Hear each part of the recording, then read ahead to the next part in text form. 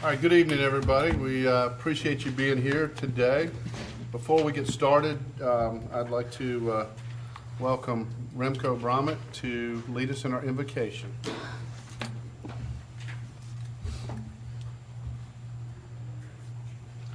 Let's pray together. Our Father in heaven, we thank you for spring, a time of new beginnings, of color, of brightness, and it reminds us of your love and your goodness towards us. And we thank you for the rain as well that's falling down on us in great measure this year, because it reminds us how your blessings and how your grace reign upon us day in, day out, moment by moment, whether we are aware of it or take it for granted. And so we give you thanks for these things, and in that spirit we invite your presence upon us in this meeting here tonight. We pray that you fill our hearts afresh with a taste of your goodness, with your love, and with your wisdom. We pray that you bless our city and its inhabitants and all those that serve its interests, our police department, our fire department, our city staff, our mayor and city council, and the many volunteers that make this a great place to live. We give you thanks. In your name we pray. Amen. Amen. Thank you very much.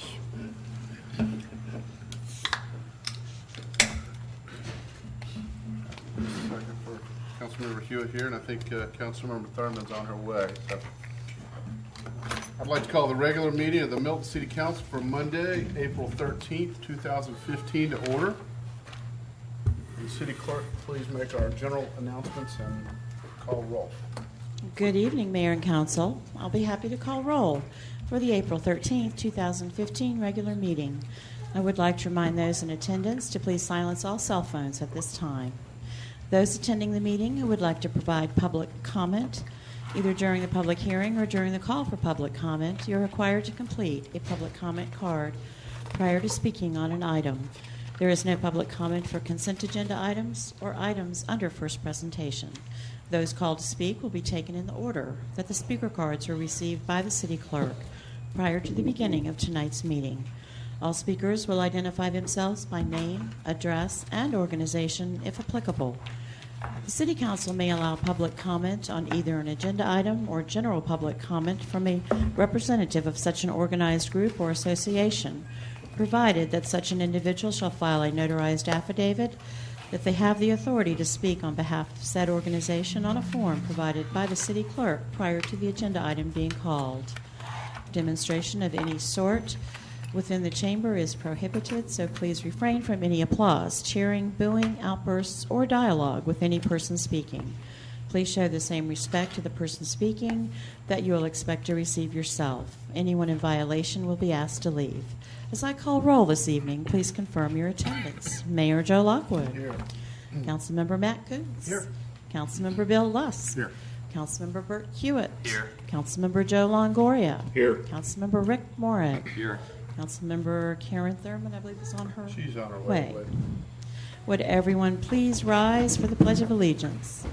I pledge allegiance To the flag of the United States of America and to the republic for which it stands, one nation, under God, indivisible, with liberty and justice for all. Again, want to welcome everybody here tonight to our city council meeting, and we appreciate you being here. So, Sudi, if you'll please call our agenda. Our next item is approval of the meeting agenda. This is agenda item number 15082. Okay. A couple things that we've got. One is looks like the alcoholic beverage license applications. The signage was printed in error, so I believe we need to defer these two items till April 27th so that they can be posted the correct signs. And then we also want to add to on the recognition of board members presented by Councilmember Matt Coons on Joey Costanza. Yep. And is there anything else that Council may? And I want to, I've got a presentation to give saying thanks to two of my committee members as well. I'm not sure if is that what you were talking about or not, just to clarify. Okay. All right. We'll add that under Reports and presentations. Presentations, Right. correct. Anything else? More That's- staff? That's all, sir. Okay. All right, I'll open motions for approval of the agenda as modified. I'll make a motion to approve the agenda as you just modified. Second. Okay, have a motion from Councilmember Hewitt, second from Councilmember Longoria. All in favor, please say aye. Aye. Any opposed? That's unanimous. Sudi, I'm going to go ahead. I'm sure we probably have some public comment and then also specific comments. I'm going to go ahead and read the rules. The next item on our agenda is public comment or general public comment. And public comment is a time for citizens to share information with the mayor and city council and to provide input and opinions on any matter that is not scheduled for its own public hearing during today's meeting. There's no discussion on items on the consent agenda or first presentation from the public or council. Each citizen who chooses to participate in public comment must complete a comment card and submit it to the city clerk. And Sudi, where the cards are over on the table, right? Correct. The yellow cards. Yellow cards. If anybody has a public comment, wants to speak, just please fill one of those out and hand to the clerk. And please remember, this is not a time to engage the mayor or members of city council in conversation. When your name is called, please come forward and speak into the microphone stating your name and address for the record. You will have 5 minutes for remarks. Do we have any general public comment? We do not have any general, sir. Okay. Then let's move on to the consent agenda. If you don't mind reading those items off, Sudi. Our first item this evening under consent, approval of the March 2nd, 2015 City Council regular minutes. Agenda item number 15083. Next, approval of the March 9th, 2015 City Council work session minutes. Agenda item number 15084. Approval of the March 16th, 2015 City Council regular minutes. Agenda item number 15085. Fourth, approval of the financial statements for the period ending February 2015. Agenda item number 15086.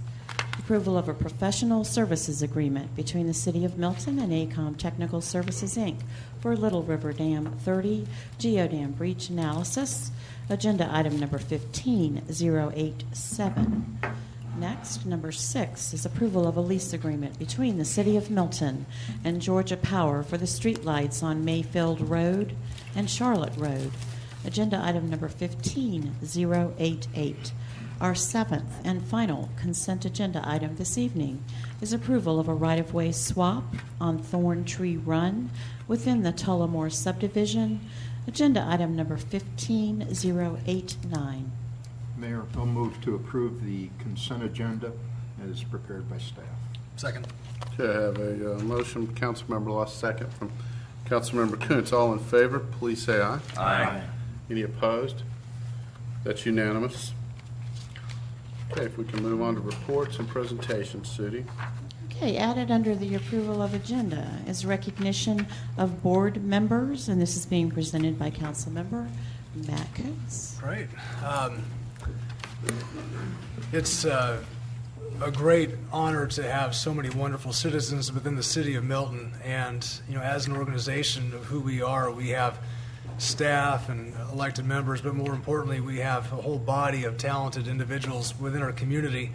And some of those give up their time on a regular basis to be a part of the decision-making process within our community. And I sadly have had two of my members that have chosen to spend their time on other endeavors recently, but I wanted to just take a moment to say thank you to both of them for their time, because our community is a better place for their having been a part of this whole process. And as it is, you know, we all have opinions, we all have thoughts on what we had ought to do, but together we'll find a way to make it work. And I think whatever it is we as a community do, so long as we remember it's about people first and foremost, we'll do it together. And I was very thankful for both of their time and service. And if Dave Dooley and Pam Gillig will step down to the podium, I have a plaque that I had made for both of you. Thank you.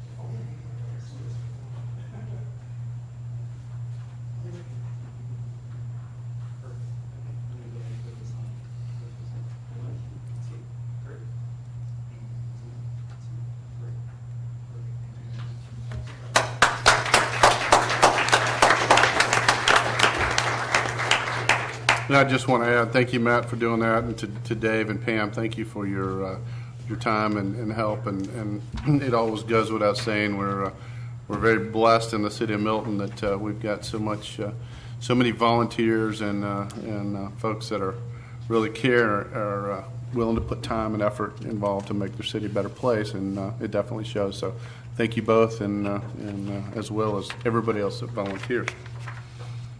So, Sudie, if you want to call our next item. Our next item is a proclamation recognizing April Autism Awareness Month. This is being presented by Mayor Joe Lockwood. Okay, and I'm honored to make this proclamation and read it and present it, but and also thank you to Ray Johnson, who's here. He's the executive director at the Autism Society, and he's here to accept the proclamation. So I'm going to read the proclamation, and then I'll bring it down, Ray, and have you accept it for me, please. You have a proclamation here recognizing April Autism Awareness Month. Whereas autism, the fastest growing developmental disability in the United States, affecting more than 3 million people.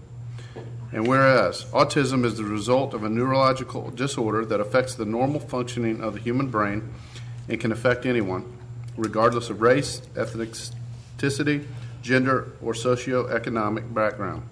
And whereas symptoms and characteristics of autism may present themselves in a variety of combinations and can result in significant lifelong impairment of an individual's ability to learn, develop healthy interactive behaviors, and understand verbal as well as nonverbal communication.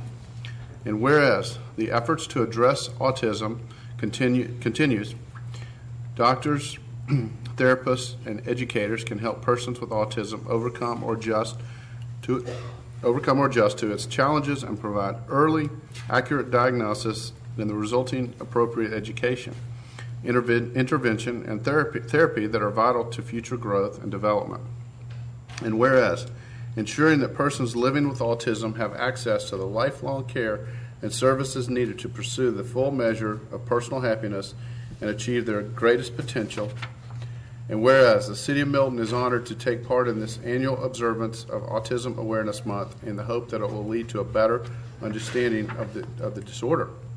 Now therefore, we, the Mayor and the City Council of the City of Milton, hereby dedicate April as Autism Awareness Month in the City of Milton to raise public awareness of autism, as well as to increase knowledge of the programs that have been and are being developed to support individuals with autism and their families. This is given under my hand and the seal of the City of Milton on the 13th day of April. And if Ray, if you wouldn't mind stepping forward, and the council, if you don't mind joining me to present this.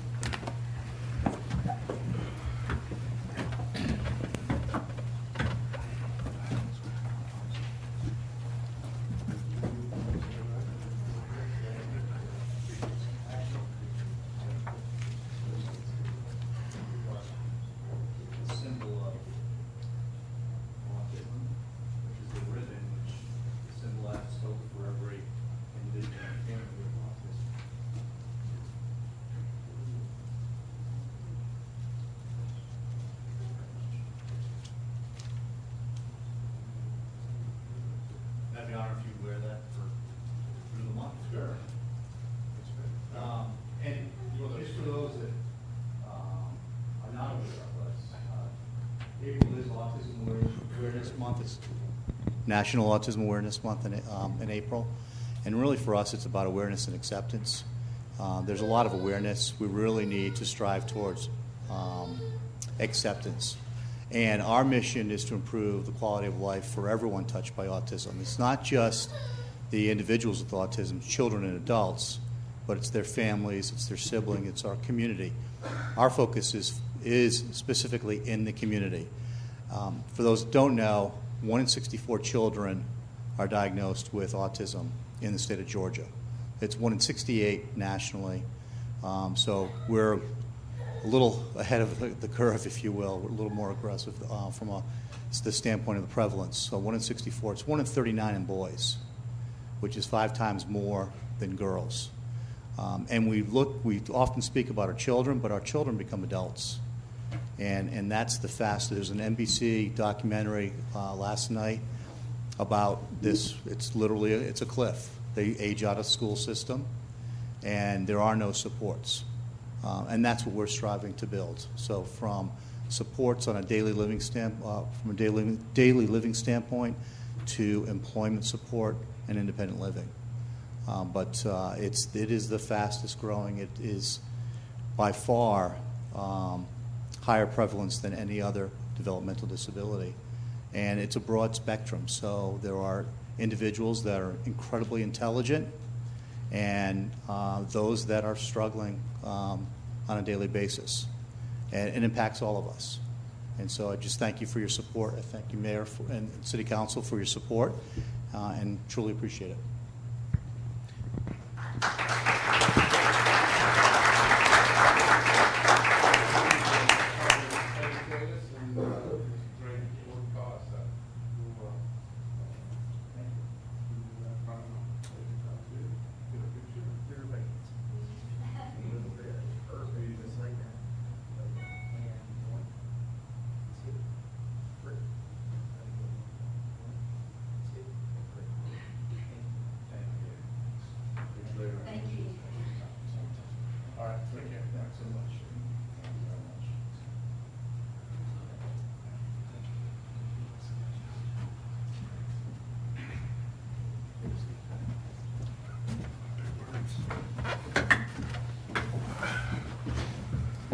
All right, Sudi, if you'll call my next item here.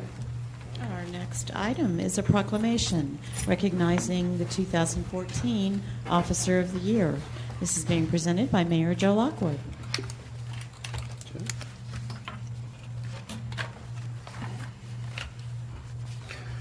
First, I want to say also take this opportunity because we have our new police chief, Chief Steve Krokoff.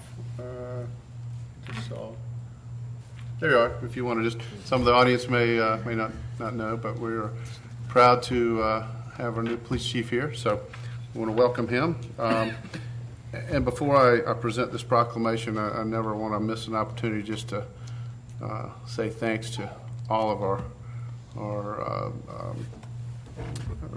police and our fire and public safety folks.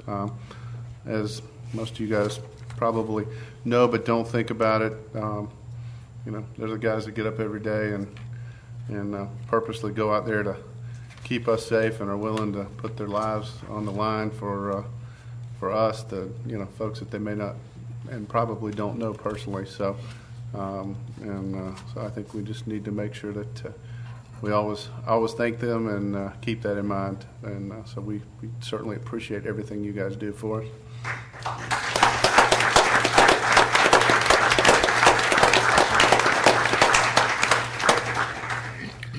So it's also an honor for us to present this proclamation for our Milton 2014 Officer of the Year. So Officer Keenan Gray has been selected as Officer of the Year for the City of Milton Police Department for 2014 as nominated and selected by department personnel. And whereas Officer Keenan Gray has performed his duties as an officer in a faithful and loyal manner, exhibiting his dedication to preserving the rights and security of all Milton citizens. And whereas Officer Keenan Gray has worked beyond expectations, putting in numerous days and hours above and beyond the requirements of his assignment by sacrificing personal time after scheduled hours and on off days. And whereas Officer Keenan Gray has demonstrated a strong work ethic and spirit of teamwork throughout his relentless efforts and dedication to the City of Milton. And whereas Officer Keenan Gray always displays a positive and professional demeanor with citizens and colleagues in his service as the agency's K-9 handler. Now therefore, I, the Mayor and the City Council of Milton and citizens of the City of Milton formally recognize Officer Keenan Gray for his outstanding performance as a member of the Milton Police Department.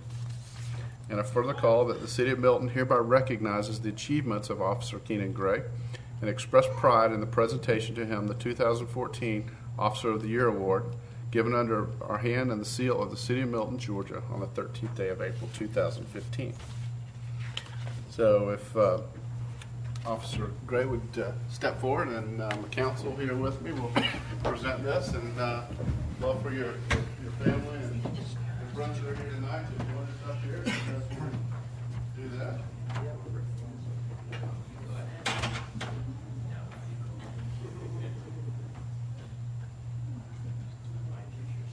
I'll do this on the proclamation. So I'm doing right here, and again, it's an honor for us, the City of Milton, to have you working with us and keeping us safe. So we're proud and very thankful for everything you do. Thank you very much. I appreciate that.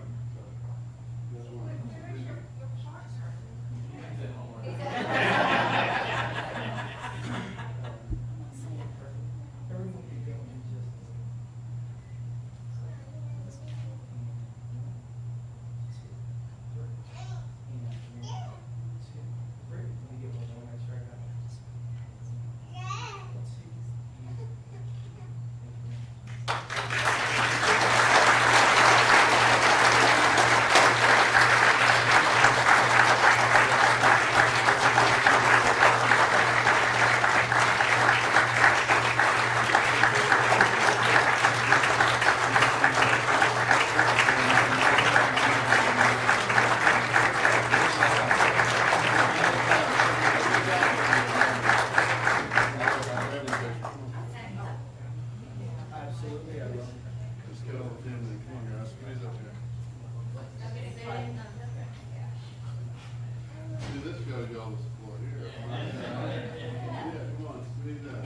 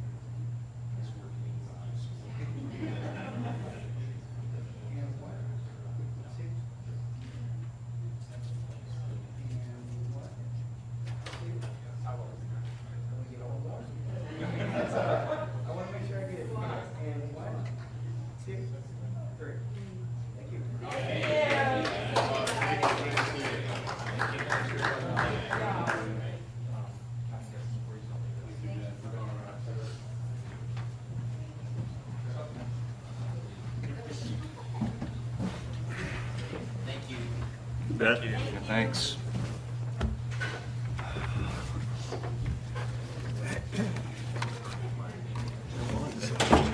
I'm not used to flash anymore. They're just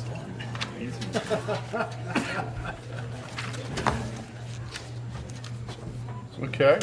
Thank you all for being here tonight. I've got one more proclamation. Sudi, if you want to read it into the record for me.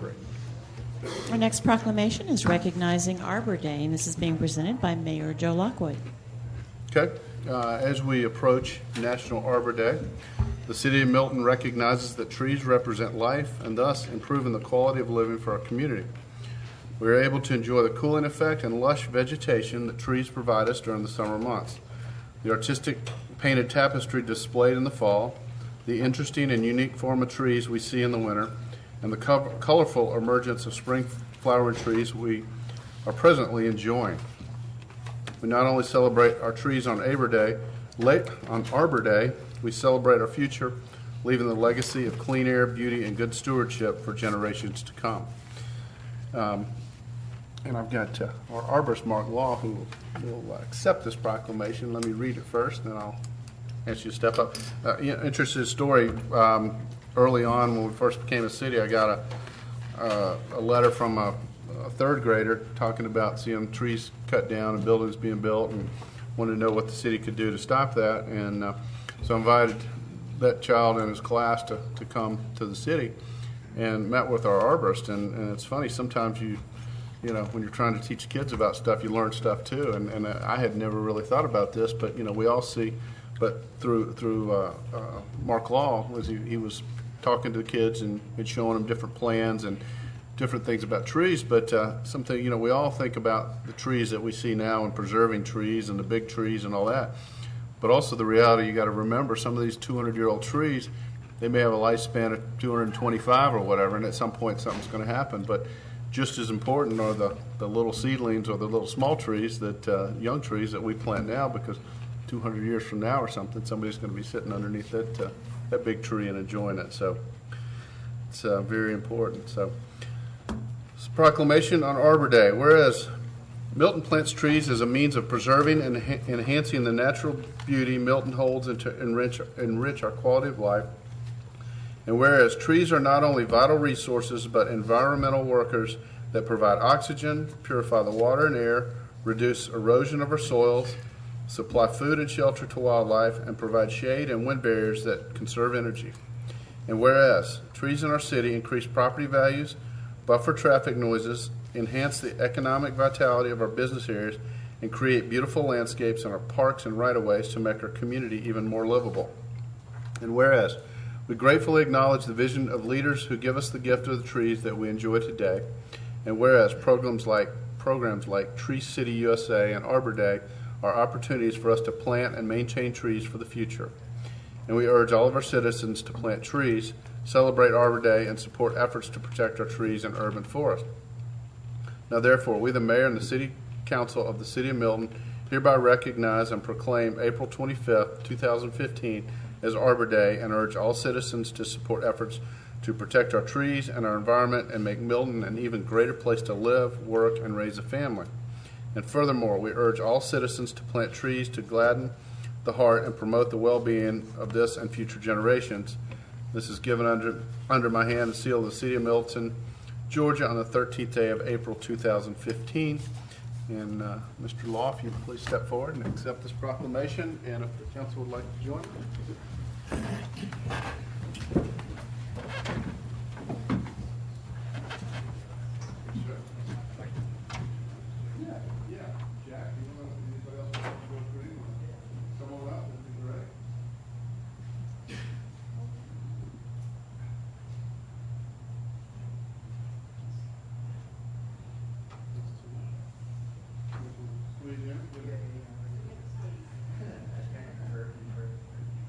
All right.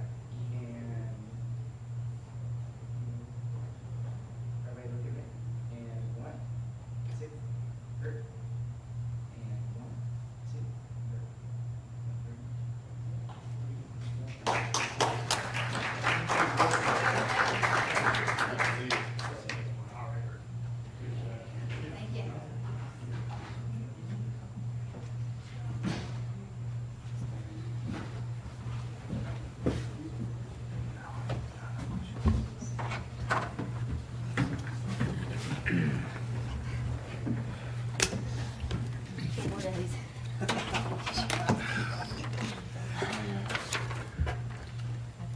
All right, Sudi, if we can move on to first presentations, if you would please read the items. Mr. Mayor, we have one more item. Oh, I'm sorry, we added another item for our agenda, didn't we? Right. Okay, Sudi, if you want to read. What was that? We were, Joey Costanza. We were going Actually, we put that in business. under new business. New Business. New I business, got you. yeah. I got you. I apologize. My fault. Okay. All right, Sudi, if you want to read the first presentation. Our first item under first presentation this evening, consideration of RZ 1415, VC 1404, 3501 Bethany Bend by Bajan American Properties LP to rezone from AG1 Agricultural and TR Townhouse to TR Townhouse to develop 77 townhomes on 10.17 acres, a 6-part concurrent variance. To 1, reduce the perimeter side, Section 64669H2A. 2, reduce the perimeter rear setbacks, Section 64669H3. 3, reduce the landscape strip along Bethany Bend, Section 64190A. 4, reduce the 75-foot buffer and 10-foot improvement setback, Section 64-1091B. And 5th, allow alleys with only one row of townhomes, Section 64-1095H. And 6th, reduce the amount of open space required, Section 64-669J1. Agenda item number 15090. Next is consideration of U1501, U1502, VC 1501, Hopewell Road, 10.142 acres on the east side of Hopewell Road, with frontage of approximately 1,130 feet within the 2nd District, 2nd Section, L and Lot 692, by Georgia Cumberland Association of Seventh-day Adventist to develop a 37,500 square foot church, 64-1804, within 4 buildings with a maximum number of 600 seats and a 13,000 square foot private school, 64-1831, for pre-K through 8th grade with a maximum of 90 students. A concurrent variance to reduce the 75-foot undisturbed buffer and 10-foot improvement setback to a 25-foot undisturbed buffer and 10-foot improvement setback along the east and north property lines as shown on the site plan 64-1143A3B. This is agenda item number 15091. Our first presentation item is consideration of RZ 15-01 to adopt the corrected City of Milton zoning map as indicated on the Geographical Information System, GIS, including all zoning actions prior to January 1st, 2015, as shown on current zoning map dated January 2015. Agenda item number 15092. Next is consideration of RZ 1502, Chapter 64, Article 20, Deerfield Form-Based Code, to amend the standards and increase the geographical area to include areas within the Highway 9 North Visioning Study. Agenda item number 15093. Next, consideration of RZ 15-04, Chapter 64, Article 7, Division 5, State Route 9 Overlay District, to amend the State Route 9 Overlay District map. Agenda item number 15094. Next, consideration of RZ 15-03, Chapter 64, Article 19, Crabapple Form-Based Code, to amend and add standards within the code. Agenda item number 15-095. Our 7th item is consideration of RZ 15-05, Chapter 64, Article 17, Development Standards, to create standards and penalties for the request of demolition permits within the City of Milton. Agenda item number 15096. Next, consideration of RZ 15-06, Chapter 64-1609, Swimming Pool Private, to amend standards for neighborhood swimming pools. Agenda item number 15097. Next, consideration of RZ 15-07, Chapter 64, Article 6, Division 2, AG1 District, to amend the permitted uses to include equine garment fabrication. Agenda item number 15098. Our next item is consideration of RZ 15-08, Section 64-1811, to delete the equine garment fabrication use permit. Agenda item number 15-099. Next, consideration of RZ 15-09, Section 64-1, definitions, to create a definition for equine garment fabrication. Agenda number 15100. Our 12th and final first presentation item this evening is consideration of an ordinance to amend Appendix A, Parks and Recreation Fees and Other Charges, Chapter 34, Section 24 of the Milton City Code. Agenda item number 15102. Okay, do I have a motion and a second on this Mayor, first presentation I'll item? move to approve the reading of the first presentation of the 12 items. Second. Okay, I have a motion from Councilmember Lust, second from Councilmember Moore.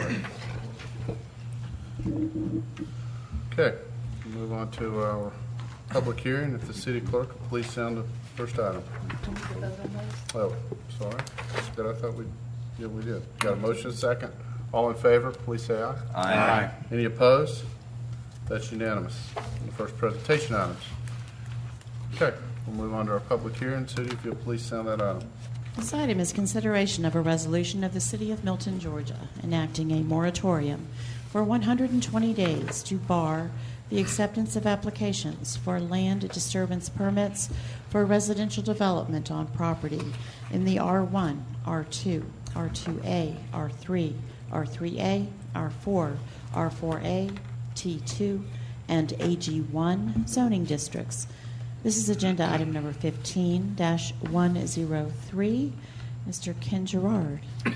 Mr. Mayor, members of the council, thank you very much. You have, as the city clerk just read out, a proposed resolution that would extend a moratorium with respect to land disturbance permits that is already in effect. You may recall that we imposed a 30-day moratorium on March 16th, 2015. A few comments before I begin my presentation. Number one, Mr. Mayor, I'm assuming that you'll want me to make my introductory remarks before we open it up to the public hearing. Number one. Number two, there's actually no action item on this until new business. Just keep in mind that we will then have a separate agenda item for that. And number three, just for the record, I'd like the record to reflect that the version of the document that you have in front of you is modified ever so slightly from what was published in your book. I hope you have in front of you one that has a couple of red line comments on it. If you don't, let me know, but it should. For instance, the words conceptual plan approval at the bottom should be in red, and that is different than what was in your published agenda item. So I call those out for the record only, so we're all clear on what we're discussing. Mr. Mayor, members of the council, for purposes of the presentation, there is not a whole lot to this. As the council is aware, and as we discussed in March, there is a pending conservation ordinance that is going sort of parking through the channels right now. It's my understanding that the ordinance may make it to you for consideration in mid-June. But the concern was, at least back in March, was that the reason for a moratorium was to prevent any securing of a land disturbance permit while that conservation ordinance was being considered, was being discussed, and was ultimately being adopted. You put in moratoriums, candidly, to preserve the status quo, whether it's to discontinue zonings or to discontinue development. In this case, that was to discontinue development. This moratorium, if adopted, and this has been legally advertised out of an abundance of caution consistent with the zoning procedures law, this moratorium was advertised for a public hearing. It would have the effect of preventing the acceptance of land disturbance permits on those zoned properties R1, R2, R2A, R3, R3A, R4, R4A, T2, and AG1 for a maximum of 120 days. Now, it could end earlier than that. It could end upon the adoption of a conservation ordinance. It could end on its own terms. It could end if you simply make a motion at some future meeting for it to end. It would be up to the city council. With respect to the changes, the very slight modifications were that also we would prevent the acceptance of conceptual plan approvals. My understanding is that is a not very often used procedural device in Milton, but nonetheless, out of an abundance of caution, we added that as well. And also, we wanted to make sure that on land disturbance for tracts less than an acre, they would not be caught up in this, because candidly, that would have an unintended consequence of taking all land disturbance off the table, even for things that obviously aren't coordinated development activity. Mr. Mayor, members of the council, that is really my presentation. I think the council is fairly aware of what this is and what it does, because you've already approved it on an emergency basis once. This would simply extend it for around 4 additional months. Mr. Mayor, that's my presentation. Okay. Does anybody on council have any questions for Ken before we go into public comment or any other discussion? I might ask Ken, we discussed if this were, if this is approved, any avenues for developments or whatnot that are already in the works, so to speak, that, you know, being ready to be submitted, and, you know, if the council's interested in you know, having some kind of time period or whatever, if, again, you know, to handle that. To the extent the question is if the moratorium is continued in the form that I presented to you in this resolution, there will be no interruption in it. In other words, the other one hasn't expired yet, so it would continue, and planning and community development would simply be without the power to accept any land disturbance permits. If there was in fact a lapse for some period, then there could be a brief period where they could be accepted again. That period would be up to you, and of course with the input of our community development director. And then we could put the moratorium back in place. That may be dependent upon sort of what you hear and what you're aware of development that may have been very close to submitting applications but just kind of got stopped right at the door.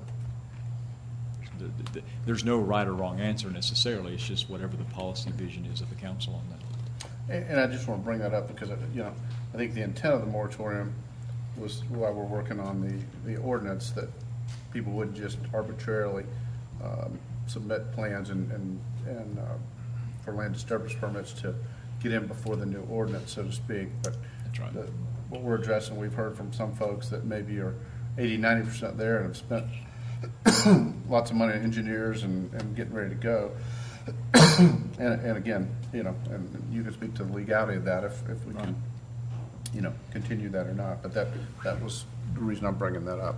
I know some of you talked to Ken about that. I've got one other question. If the purpose of this, which I believe it is to get the conservation subdivision ordinance in place. Yes, ma'am. It's my understanding the conservation subdivision ordinance doesn't affect all of these zoning designations. So if we know it's not going to affect all of these zoning designations, can we do a moratorium on all of them that if they're not going to be part of the conservation subdivision ordinance? Or?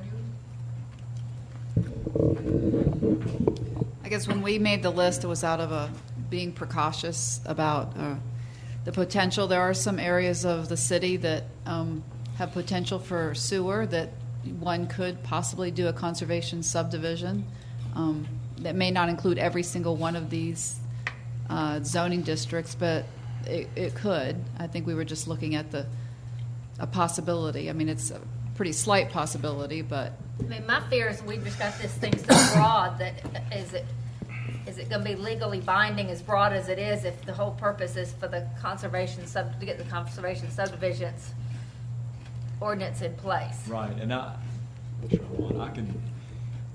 My hope and my counsel to you would be that we should ensure the moratorium is as narrowly tailored or as focused as it can be, and obviously doesn't impact zoning designations that are not going to be ultimately impacted by the conservation ordinance. I think, to echo Robin's comments, if at the time we adopted the moratorium we weren't sure what it was going to look at, what it was going to look like on the other end of adoption, that's why we would have, out of an abundance of caution, included that.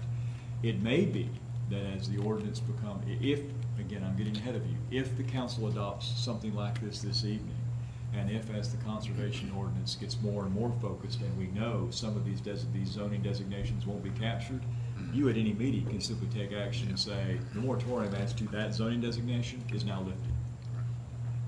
So that could be one. And my fear was we were just making this so broad that Yes, ma'am. it would be difficult to Well, defend it if it's really. From a defensibility standpoint, what you said is spot on accurate. I only want to have in place a moratorium that directly addresses zoning designations that will in fact be affected by the conservation ordinance. Yes, ma'am, that is accurate. Okay. Anybody else? Okay. Well, we can, since we got an open hearing, Sudi, if we We'll allow those that, if there's anybody speaking in support of the agenda item, first. Our first speaker in support comes from Laura Rencher.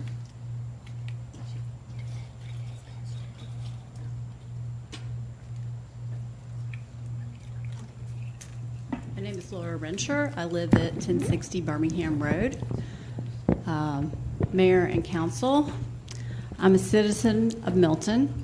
I'm a voter, a taxpayer, and a stakeholder in the future of land development in the city.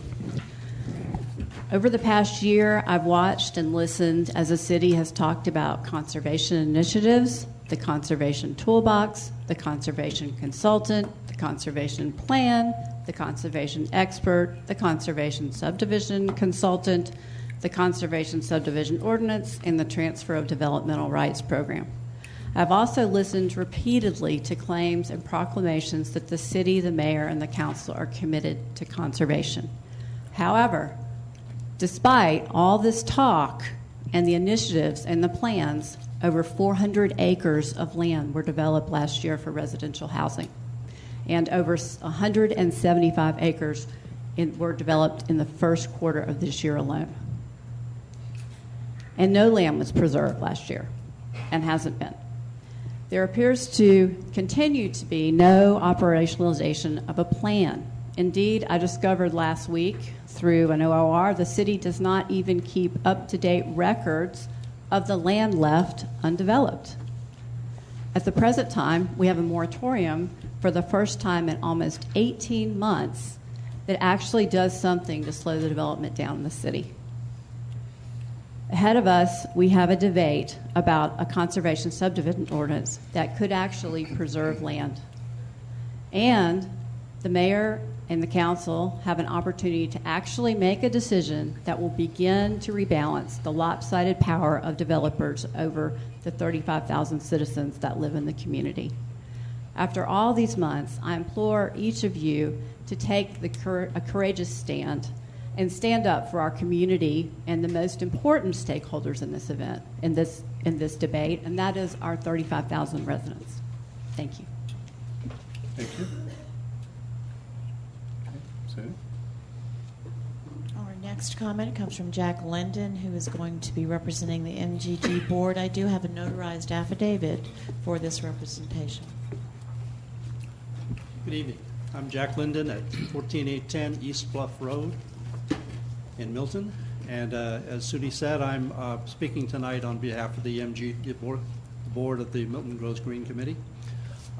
Basically, the board has voted unanimously to support the idea of continuing the moratorium to give us time, to give you time, and the rest of us who are working on various aspects of the conservation subdivision ordinance to craft a really effective conservation subdivision ordinance. This is not going to be an easy process, and we've already begun our discussions on the committee, and I would hope that you approve this moratorium to give you the necessary time to properly vet the issues that are going to be coming up in this regard. Thank you. Thank you, Jack.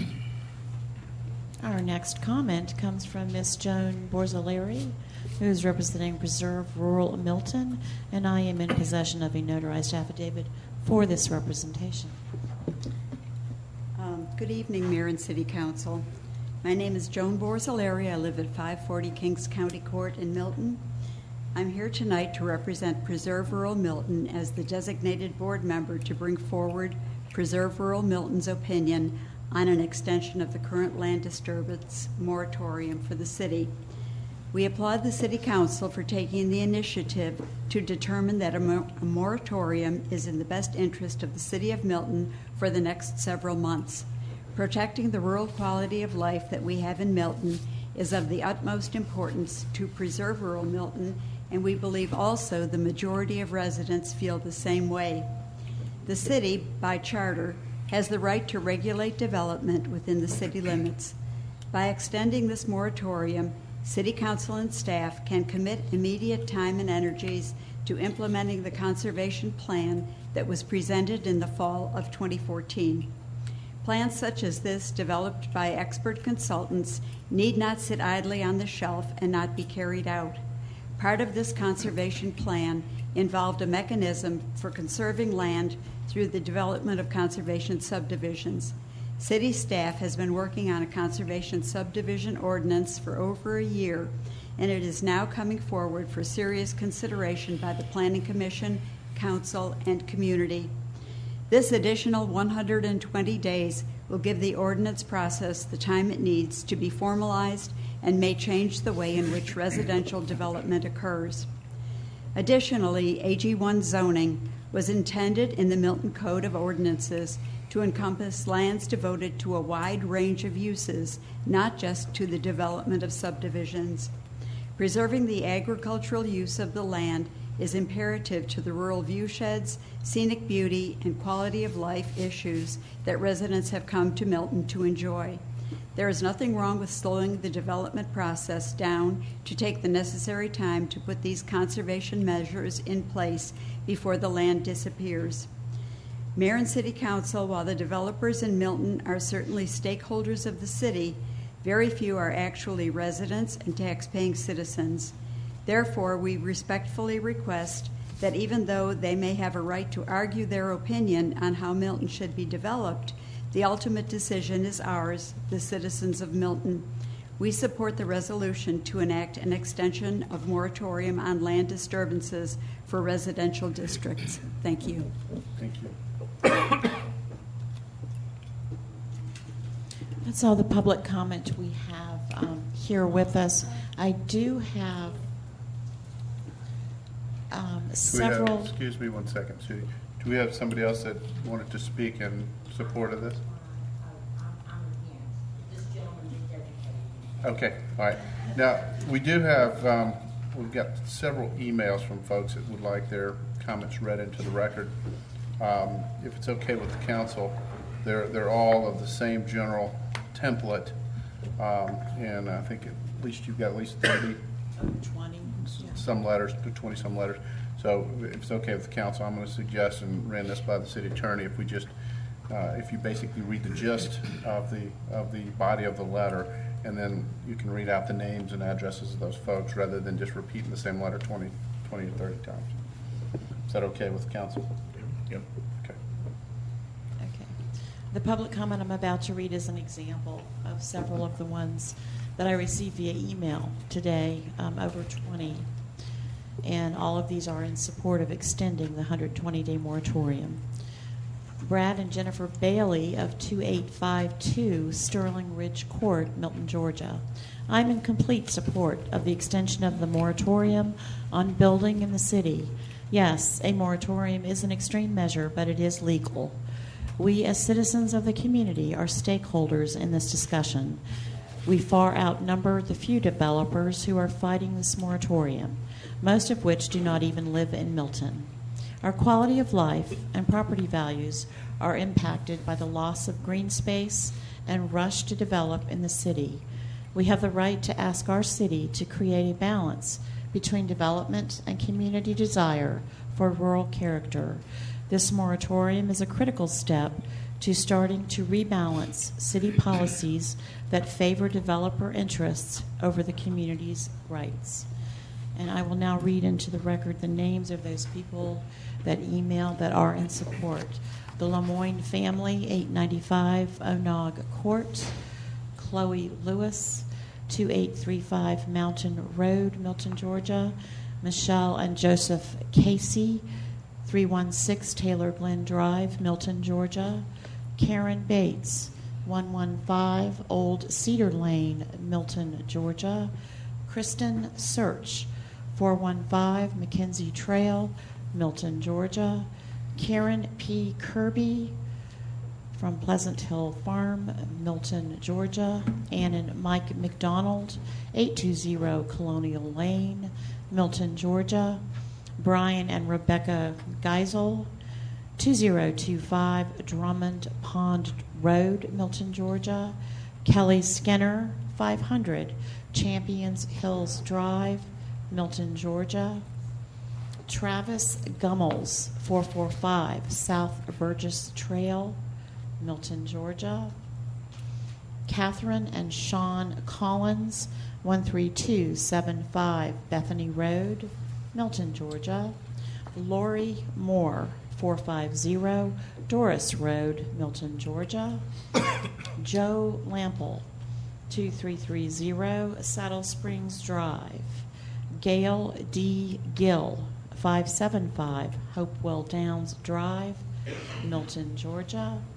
Jordan Kohanem, who I've emailed back to ask for his physical address.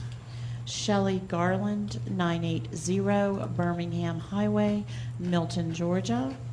Donna Matiska Johnson, 115 Cannon Gate, Kirk Circle, Milton, Georgia.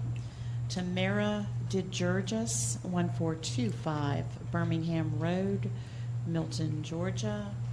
Cindy Eade, 546 Burridge Trail, Johns Creek, Georgia. And finally, Francia Linden, 14810 East Bluff Road, Milton, Georgia. And that concludes those in support. Okay.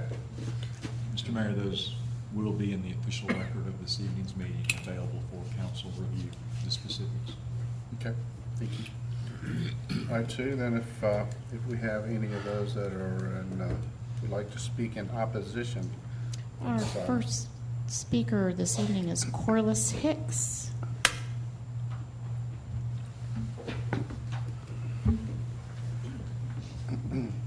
Good evening.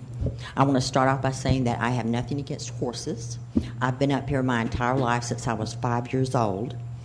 But I'm here. Give me 1 second, Mary. If you wouldn't mind just for the record state your name and address. Oh, I'm sorry. That's all. Formality. My name is Corliss Hicks. I live at 16335 Henderson Road.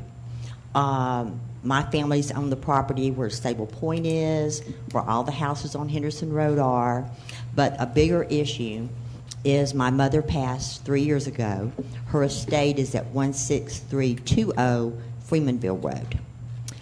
It's funny that it's autism awareness because we have a mentally disabled younger sister who we're trying to provide for the rest of her life.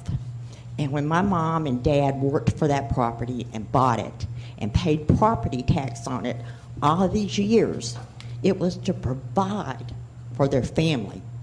We were 4 days from finalizing a deal, yes, with a developer. You know, the people, a lot of the people in Milton wouldn't be living in Milton if there hadn't been developers. And then, you know, that's how I found out about the emergency moratorium, is developers let us know. And so my sister's life's on hold, our life's on hold. But I guess a bigger thing to me is when you look at who owns the green space, it's people that have worked for this property and have paid property tax on it. They may want to retire and go to the beach. They may want to go into an assisted living home. They certainly didn't do that all these years before a city of Milton even existed, to be told that, well, you know, we're going to use 60% of your land for green space and you can build on 40. Well, you know, our developer's site plan called for 24 homes on 40 acres. You know, with the conservation subdivision, he can put 40 on 40 acres. He just has to conserve 60% of it. But do you think he'll pay the same thing? Do you think people will pay the same price for a home built on a third of an acre as they would a whole acre? I mean, you're businessmen. You know how it works. You don't get paid per acre. You get paid per buildable lot. And so for the people who own the green space that are in the vast minority, this may not mean anything to them right now, but when they get into a position where they need to sell their property, it will become very real. I'm sorry if I get emotional. That's just me. But, you know, I don't have anything against horses. Personally, I prefer pigs and chickens like it used to be, but I can live with horses. Thank you. Thank you. Our next comment comes from Scott Reese.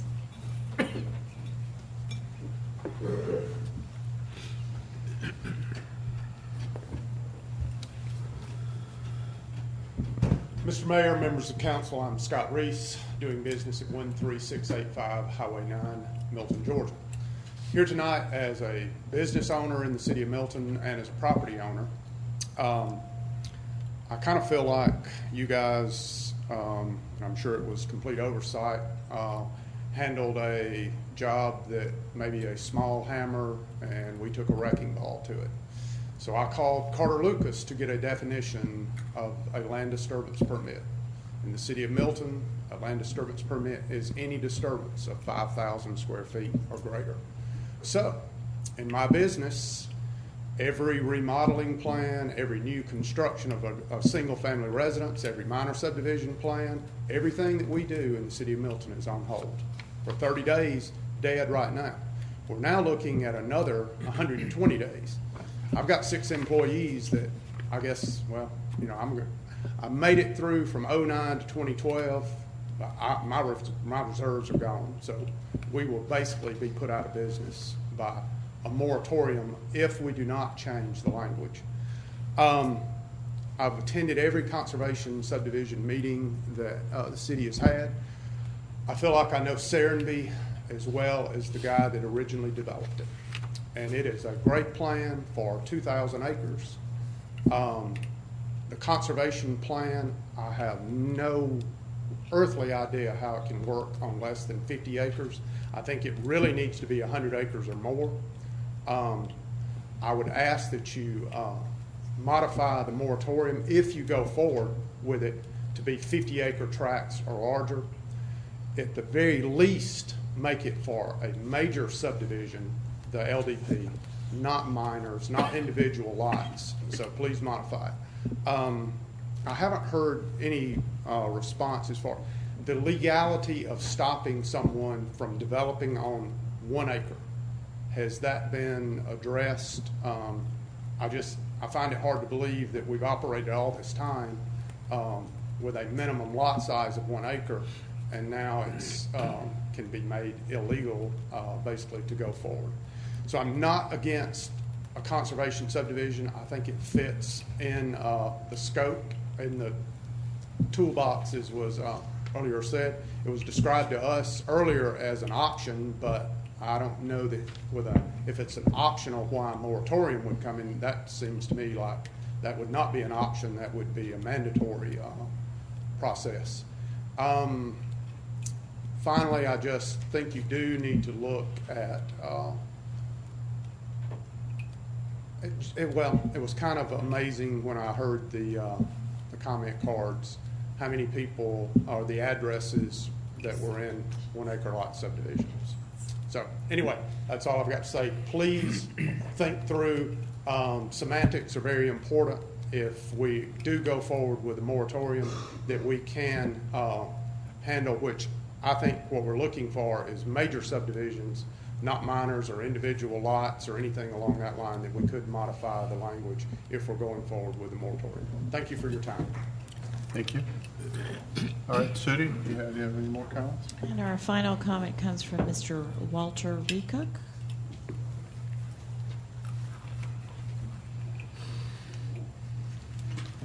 Good evening, Councilman. I appreciate your time. My name's Walt Recook. I live at 615 Scarlet Oak Trail.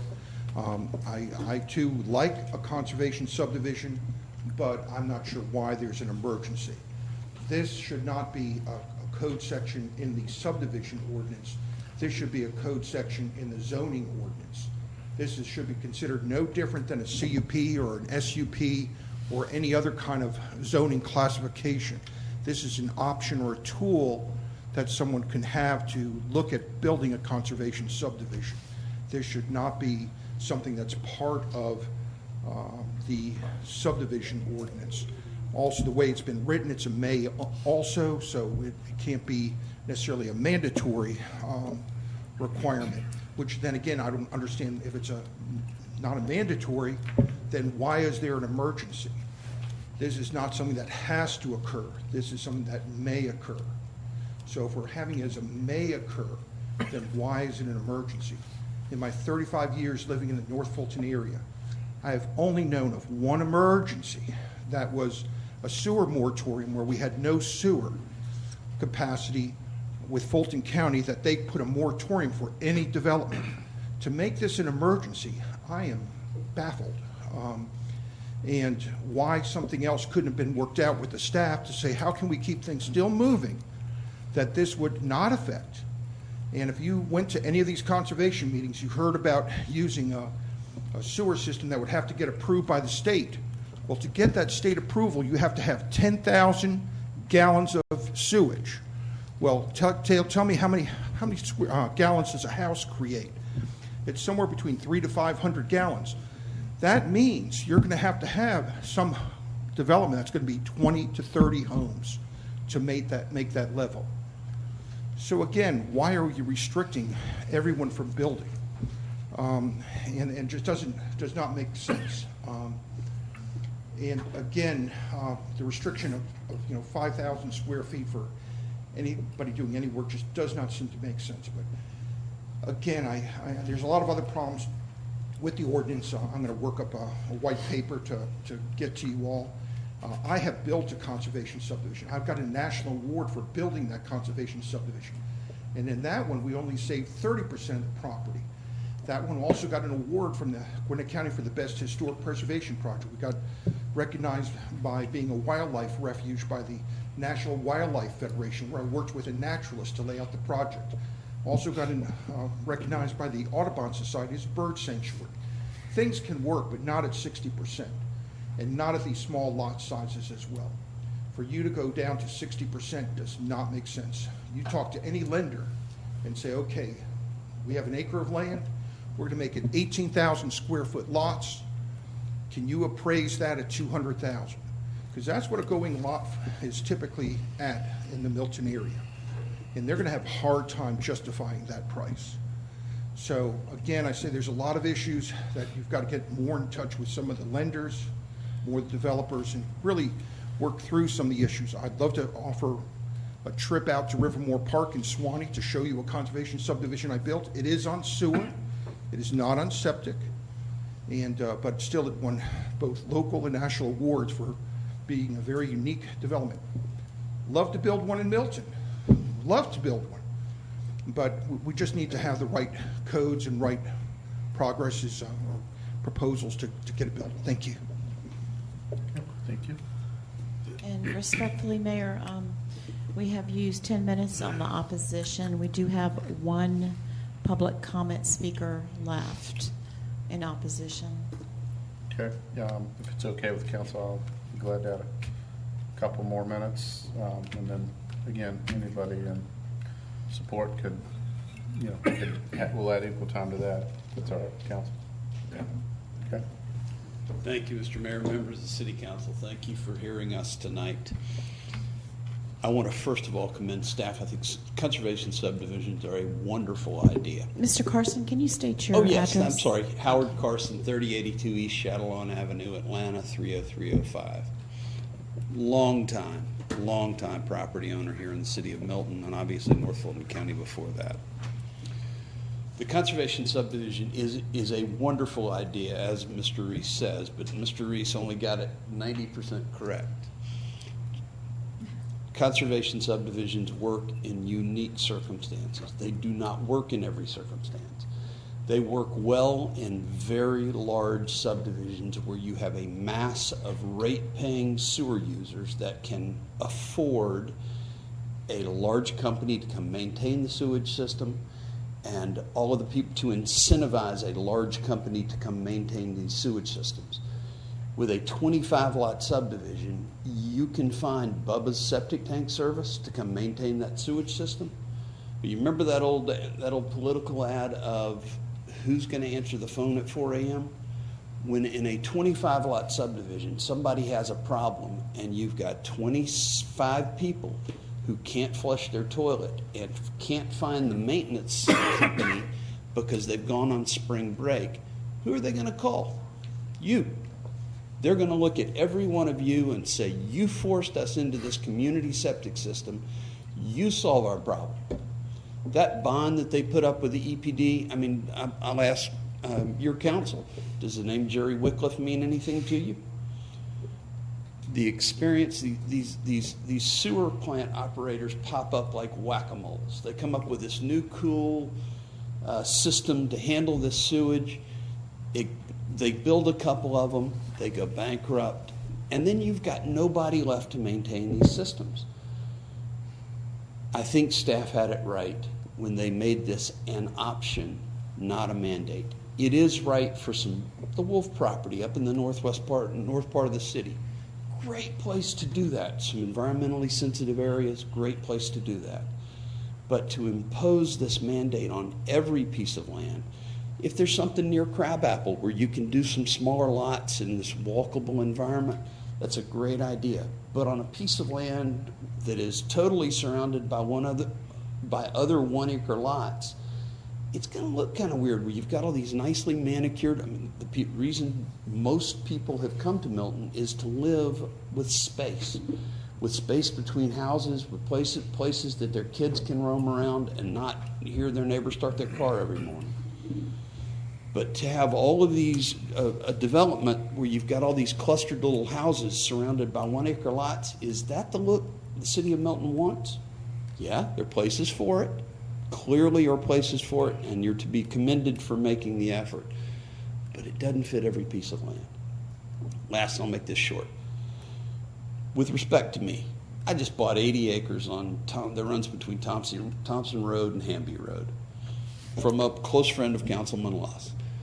I have had many, many meetings with staff, arborists, storm drainage, Jim Seba, Jimmy Sanders, Mark Law, Robin, Ms. Fields, Bob.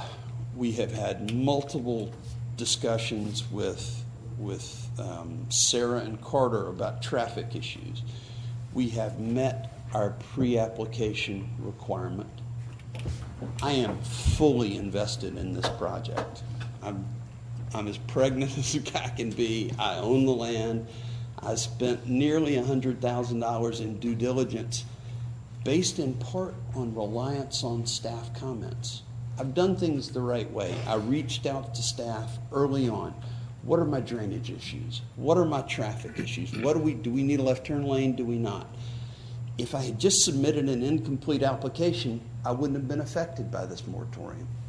But I met with all the staff. We've been through the view shed concept with Mark Law.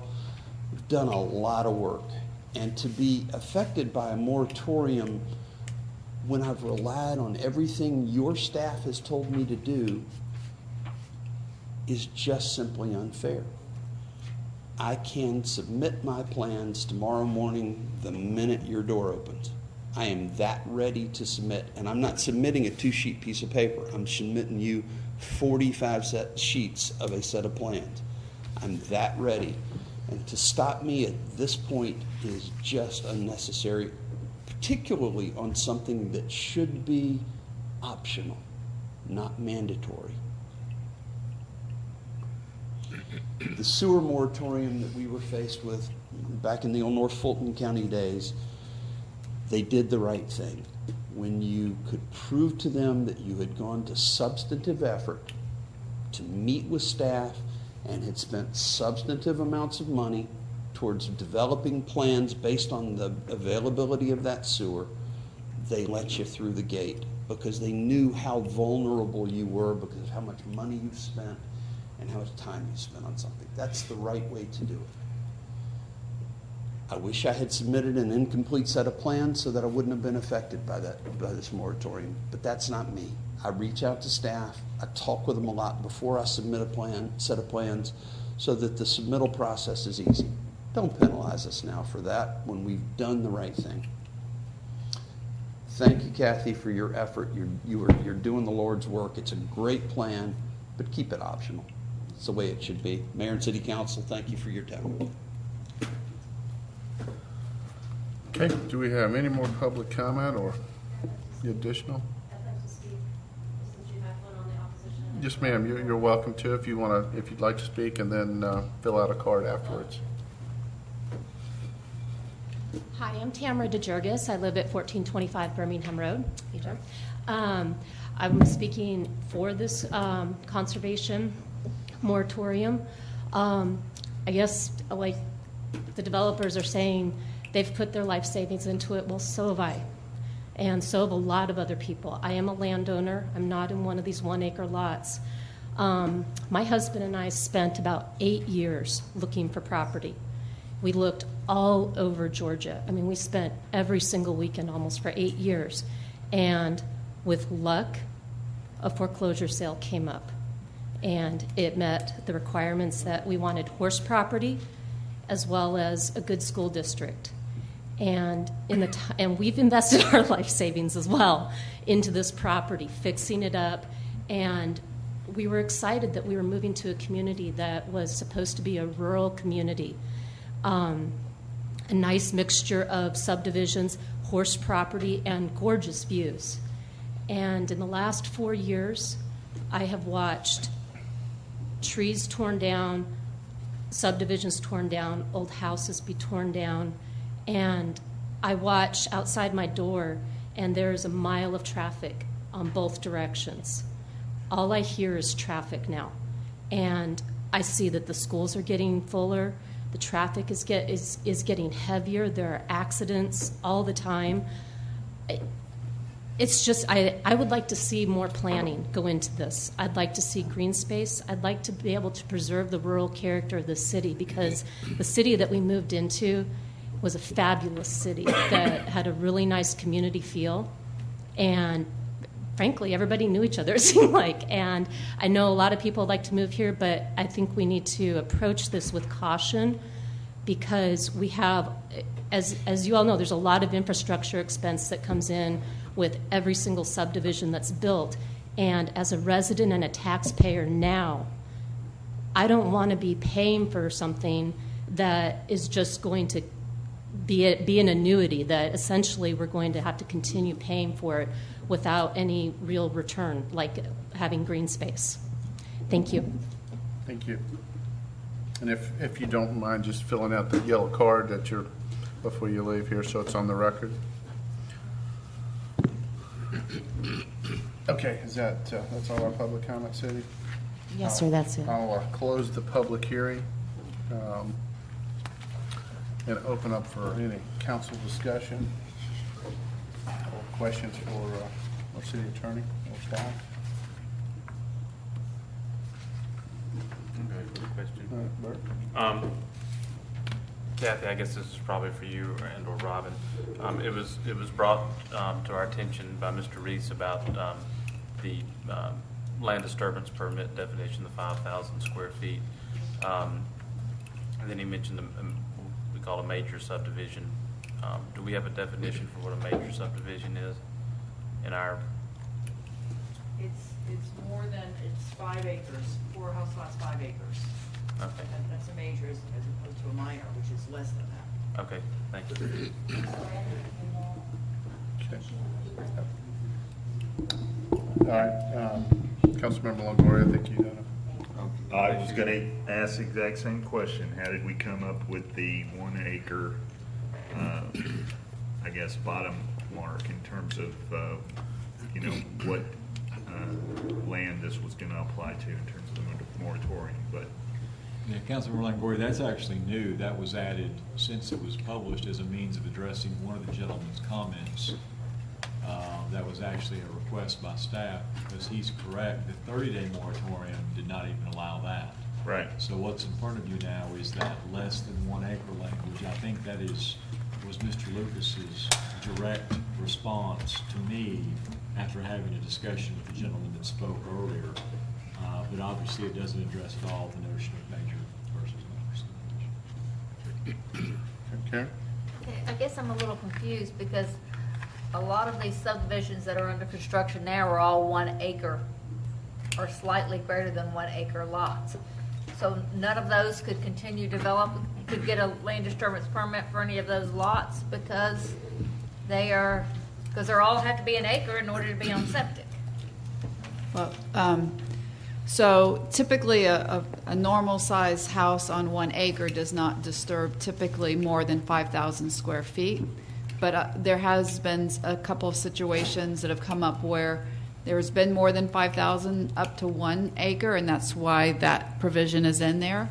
But if you do take a typical subdivision lot, you are not going to typically disturb more than 1 acre on that lot. if this changes, if it's approved with this change. So any subdivision that's under development and a builder builds a house, this would not affect it because they're not getting a land disturbance permit. They're getting a building permit. And the land disturbance so as long permit. as they're not having to disturb more than an acre Correct. of the land itself, it doesn't. It doesn't come into So for play. all these lots that are already under construction that are 1 acre lots, none of them it would ever. I mean, there have been a few estate lots that they're doing a barn and a riding arena and a very large house, and that they actually have their own LDP. And if it exceeds 1 acre, yes, they wouldn't be able to do it. But that's very, very rare that happens. Okay. So maybe further to that point then, would this preclude, or would this allow, rather, new subdivisions to go in and be permitted so long as each of those individual lots didn't disturb more than an acre? So basically a minor plat, just to a little bit of a correction, is 4 lots or less. And of those 4 lots, one of them would have to be a lot for detention, because anytime, or 5 lots, because anytime you exceed 3 lots, and let's say you want to develop 4 lots, then you have to have a separate lot of detention. Right. So I said, so if you had the 3 lots, if you had a minor plat, you could develop it so long as none of the disturbance was more than 1 acre, if it's approved with this change. Okay. That would include the streets and everything to put it in? Well, typically a 3-lot subdivision is usually just subdividing a lot into 3, and that you would have access off, let's say, Birmingham Road or Freemanville Road. You wouldn't create a street for 3 lots. It would be a shared driveway. Yes. Okay, anybody else? And obviously, we're bringing this back up under new business, so we can discuss it more if get more questions or more options on that. Okay, anybody else? All right, we have deferred a couple of items. So on the alcoholic beverage license, thank you, Bill. I thought I did, but I'll close the hearing, and then we'll move on to the next items. We deferred the alcohol beverage license applications, and then we added another item. Well, I believe we added under new business. So we don't have any items under our zoning or unfinished business, so we'll move into new business. And Sudie, if you want to start that out, and I'd like to add the new item that we put on there first. All right. That item is going to be a resolution appointing a member to the City of Milton Parks and Recreation Advisory Board for District 2, Post 2. And Councilmember Matt Coons. Yeah, Mayor and Council, it's a privilege that we have people that decide to sell their home in Milton in one district and then move to another district.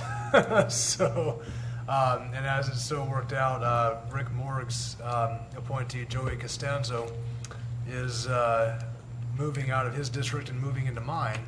And seeing as I had an opening for the Parks and Rec Advisory Committee, I will accept Joey's tenure to remain on the Parks and Rec Advisory Committee for District 2, Post 2, and just want to make sure we have approval to do so.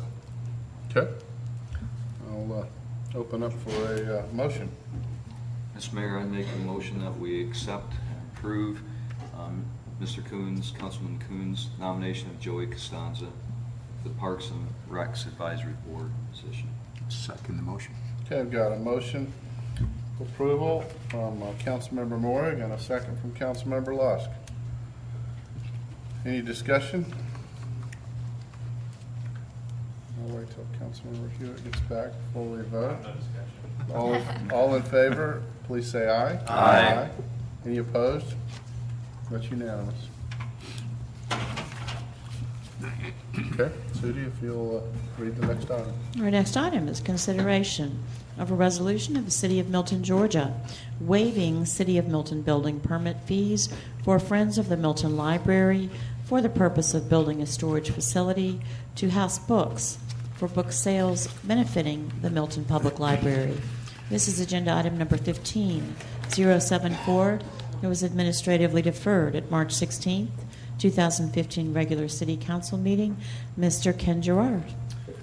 Mayor, members of the council, thank you very much. This is a resolution, as the clerk mentioned, that would waive a building permit fee with respect to a certain improvement that the Milton Friends of the Public Library is attempting to place, which is construct a storage facility dedicated to the storing of donated books that will be sold, where the sales proceeds will be used to benefit the library. And the resolution, which I drafted, goes into detail how the support and improvements with respect to a library is a power that is vested in the city of Milton, that this resolution waiving a building permit fee is just a means of the city of Milton attempting to facilitate this valuable improvement, and that this is a project the city of Milton could otherwise do on its own pursuant to your charter. Not attempting to establish precedent for this. This is a one-time waiver based upon the particularity of this improvement, but otherwise, subject to those qualifications, I'm comfortable with the city council approving this, Mr. Mayor. Okay, for the record, I think we've got 3 members here, council members on that board, so if it would be your recommendation that they recuse themselves from the actual vote, With or all haste. Yes. Mr. Mayor, as the president of the Friends of the Milton Library, I would like to recuse myself from this vote. I do so also. I do so also as treasurer. We are hanging on by a thread with a quorum. I was going to say, good thing more of us didn't volunteer. Okay, I'll open up. Division. I'll open up for a motion. I'll make a motion to approve agenda item 15074. Second. Okay, I have a motion. Councilmember Hewitt, second. Councilmember Morrig. All in favor, please say aye. Aye. Those, any opposition? That passes with the 4 remaining council members that did not recuse themselves. And I thank you all for doing that. Thank you. Thank you very much. Okay, and next item, Sudi, if you'd please call. Next item is Next item. consideration of a resolution of the City of Milton, Georgia, enacting a moratorium for 120 days to bar the acceptance of applications for land disturbance permits for residential development on property in the R1, R2, R2A, R3, R3A, R4, R4A, T2, and AG1 zoning districts. Agenda item number 15103. The public hearing was held this evening. Mr. Ken Gerard. Mr. Mayor, members of the council, this is simply the action item that is the byproduct of the public hearing we've already had. Just for the record, again, I'll note that the version of this moratorium in front of you is different than what was published. Mainly the 2 modifications we talked about, that is, the moratorium would apply to conceptual plan approval, but would not apply for land disturbance permits of less than 1 acre. I also want to read for you very quickly paragraph 3 of the moratorium as drafted. This has been in place for the extension, or for the entire time this moratorium has been in place. The moratorium imposed herein does not limit the ability of property owners to continue developing all various zoning districts. Land where a LDP has already been issued remains active and in effect and does not lapse. I simply wanted to raise that point for your consideration in light of some of the comments I heard during the public hearing. Mr. Mayor? You know, and I just want to ask a question to clarify, make sure the question was asked about the, less than 1 acre. Obviously, to Councilmember Thurman's point, if it's less than 1 acre, if it's a lot, it would probably not be happening in Milton because the majority of our lots are 1 acre or over. But some other discussion, we talked about a typical 1 acre lot has about 5,000 square feet of disturbance. So I want to clarify this. By having it as less than 1 acre, is that clarifying that for a 1 acre lot or a 1 acre of disturbed area per, say, 1 lot, or, because at this you could do, say, a 10 acre you know, 10 lots at 5,000 square feet, it'd still be under, or say 9, under an acre of actually disturbed area, so. Well, I think if that's that makes any sense. basically a discussion that we need to have staff's input on how they would interpret it. But literally, the language of the moratorium that's in front of you says that it would not apply to land disturbance permits for 1 acre, or the way I'm reading it, or less of disturbance for residential development. So it seems to me it would be based on exactly what the plan was and how much disturbed area within. So if it was a 1 acre lot, you were disturbing 5,000 feet of that lot, then it wouldn't apply. Would be the way I think I would interpret it. Is that the way you're interpreting it? I mean, if it was only 5,000 square feet of disturbance, if it was approved, then yes, they could. I think this was also put in there. There was a situation with a large lot that they were, for instance, putting in a driveway on like a 5-acre lot. So then with all the disturbance, it was over an acre, but it was only for 1 lot. So that was, I think, part of the reason why this was inserted for that 1 acre disturbance, because it didn't make sense not to allow them to be able to develop their estate lot with all the accruement, all the things that they need to. So I guess to clarify that, then would it have, are you specifying one lot? Well, that's not what it says, but I think that was the intent. But I guess, you know, if you had a minor subdivision that did not exceed 1 acre, then I guess you could go ahead and develop that minor 3 lots that wouldn't equal up to 1,000. I mean, one acre. And that's my point on that. It, you know, could it be a 9-lot subdivision if you only disturb 4,000 feet per lot, which might be, I don't know that that's the intent, but I just. Well, I mean, a lot of that depends upon, but you know, there's going to be an aggregate number of anticipated square feet in the land disturbance permit application. To me, it's simply a matter of figuring out what that is. If it's over 1 acre, then this would prohibit them from accepting. I suspect a 9-lot subdivision would need a street, and you would be way over 1 acre anyway. But I mean, you're right. If it was 3 or 4 lots, it could possibly pass. Okay, Bert.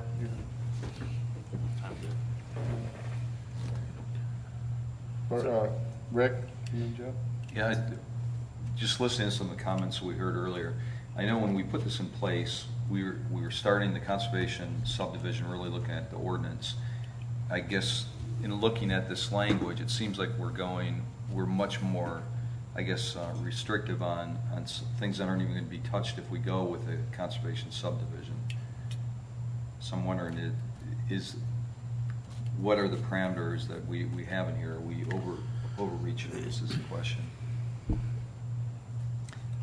Kind of a variation on Councilmember Thurman's question from earlier, and that is what is the ultimate conservation ordinance going to look like? Right. I'll have to yield to planning staff. Yeah, I think we put in all of the residential zones just so that they were,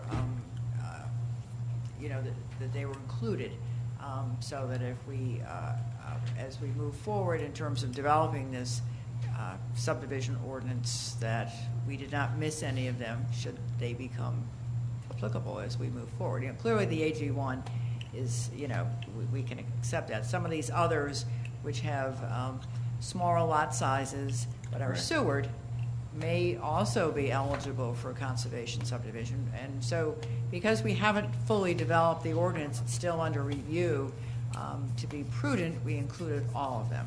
Now, you know, I would say that 90% of them are going to be in the AG1, right. But not necessarily all of them.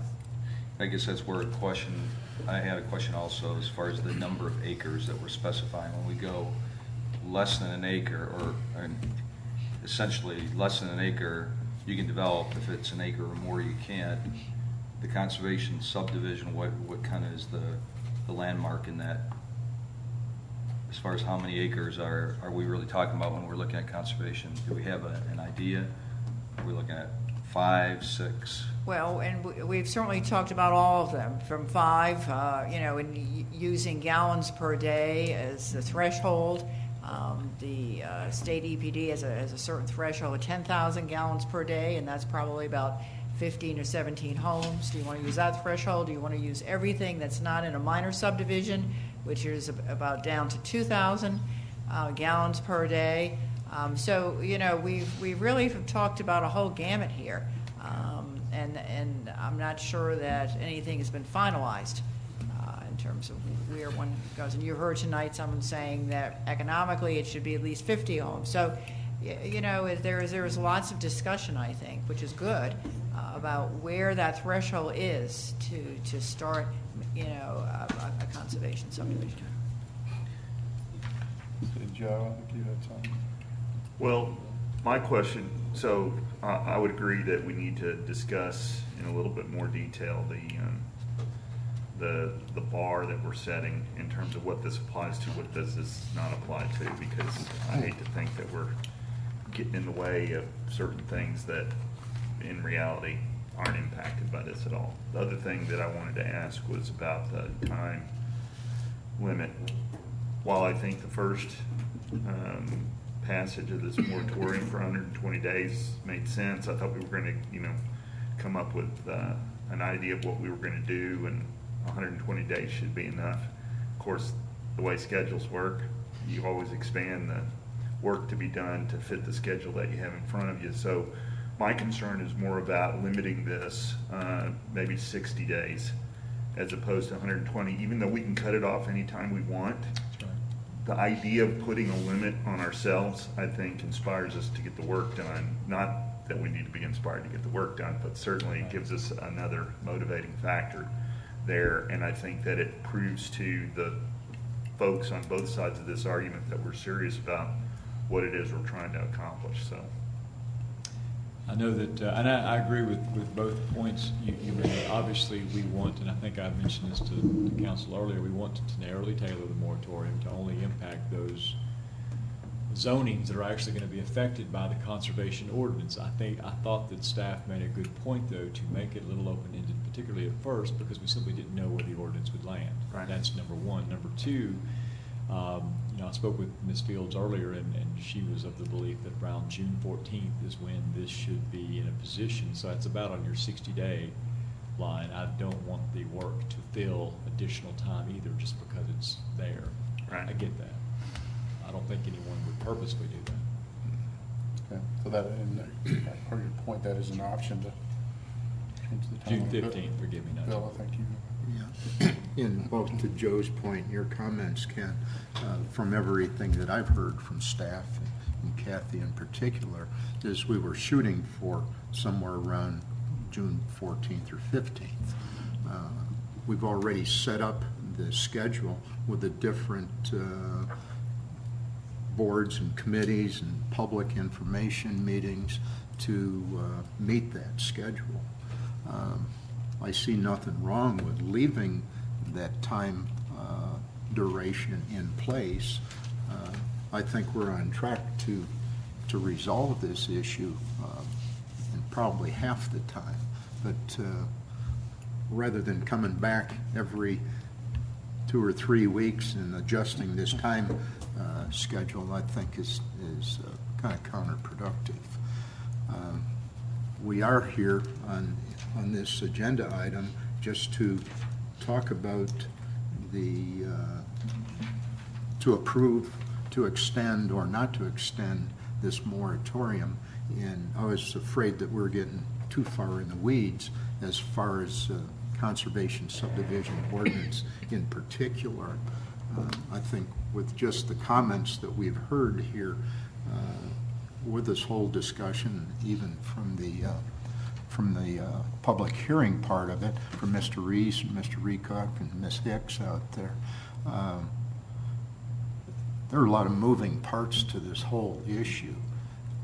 A lot of zoning classifications involved in this. Certainly not all of them are going to be impacted by it, but I don't think we have enough information or enough community input or even input from our planning commission, for example, that is scheduled to vet this issue here in another week or so. I'd like to just, if it's appropriate, just contain this to whether or not we should approve this moratorium for a specific period of time. And if there are some people waiting at the gate out there that have prepared plans for submittal, and they've gone through, as Mr. Carson stated, a substantive effort to comply with everything here, that we open the gate at that time. But it's, I think as we go through this whole process and get into these different committee meetings and public comment, it may become obvious to us as we're proceeding through this exercise that, well, maybe we need to eliminate some of these zoning classifications from this moratorium. Or even if we're getting close to it in the middle of June, let the record show or indicate that there's a lot of support for suspending it at that time, providing that we've passed some ordinance of some type, and preferably this subdivision conservation ordinance.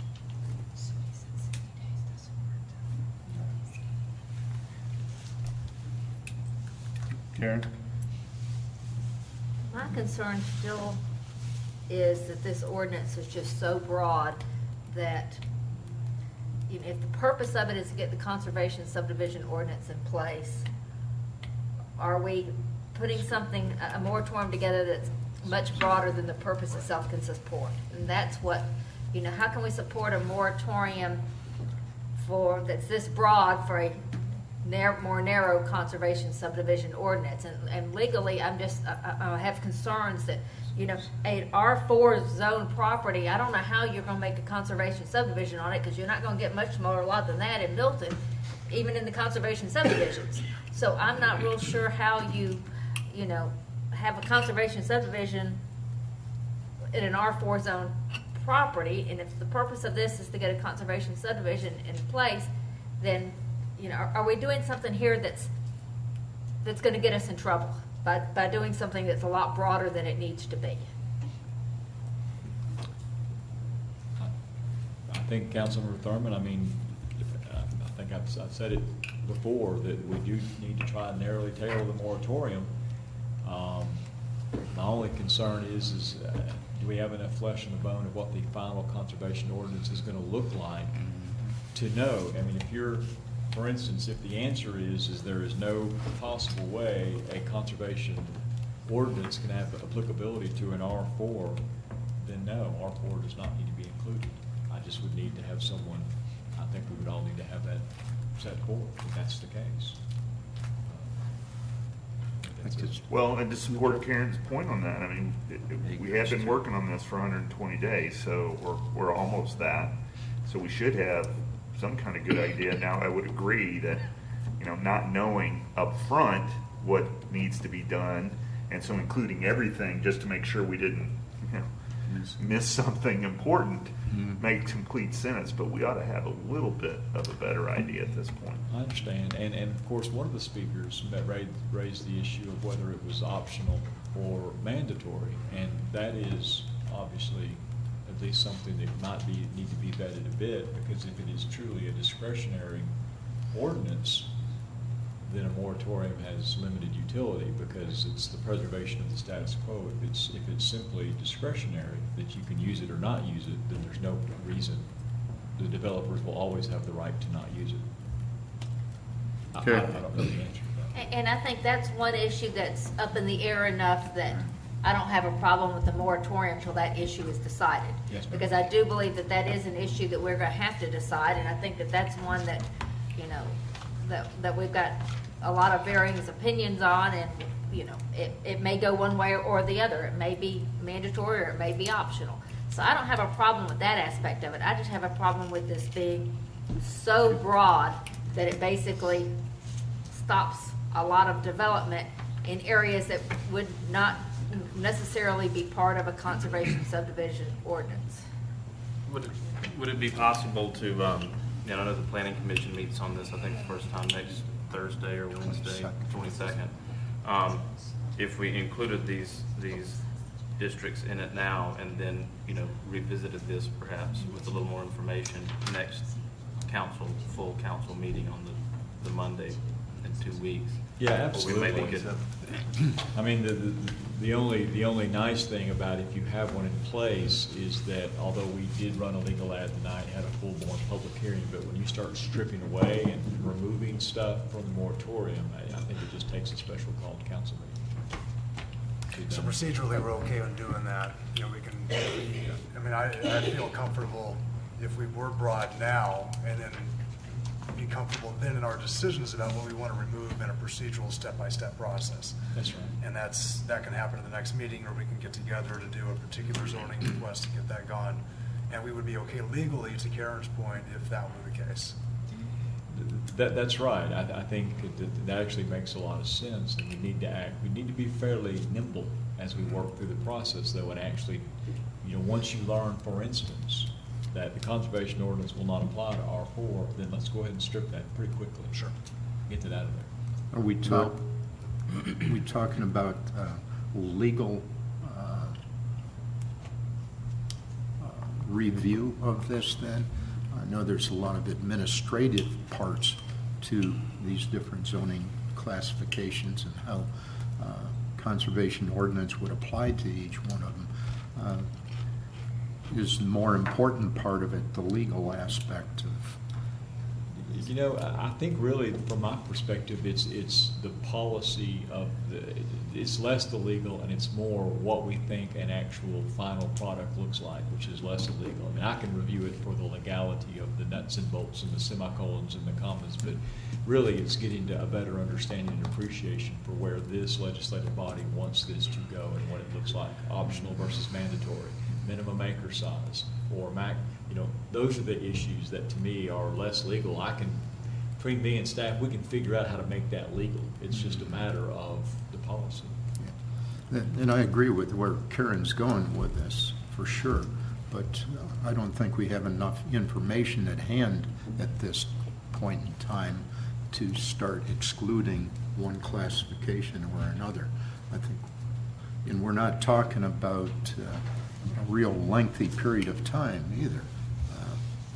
Maybe it's a month, and I don't know who we're really going to impact in that period of time, how many applications we have out for these different zoning classifications, information that I don't have. Yeah, I'll just throw out that we've only had one. There's a rezoning that was done a couple of years ago for an R3 that's across on the lower part of Hopewell. It has accessibility to sewer.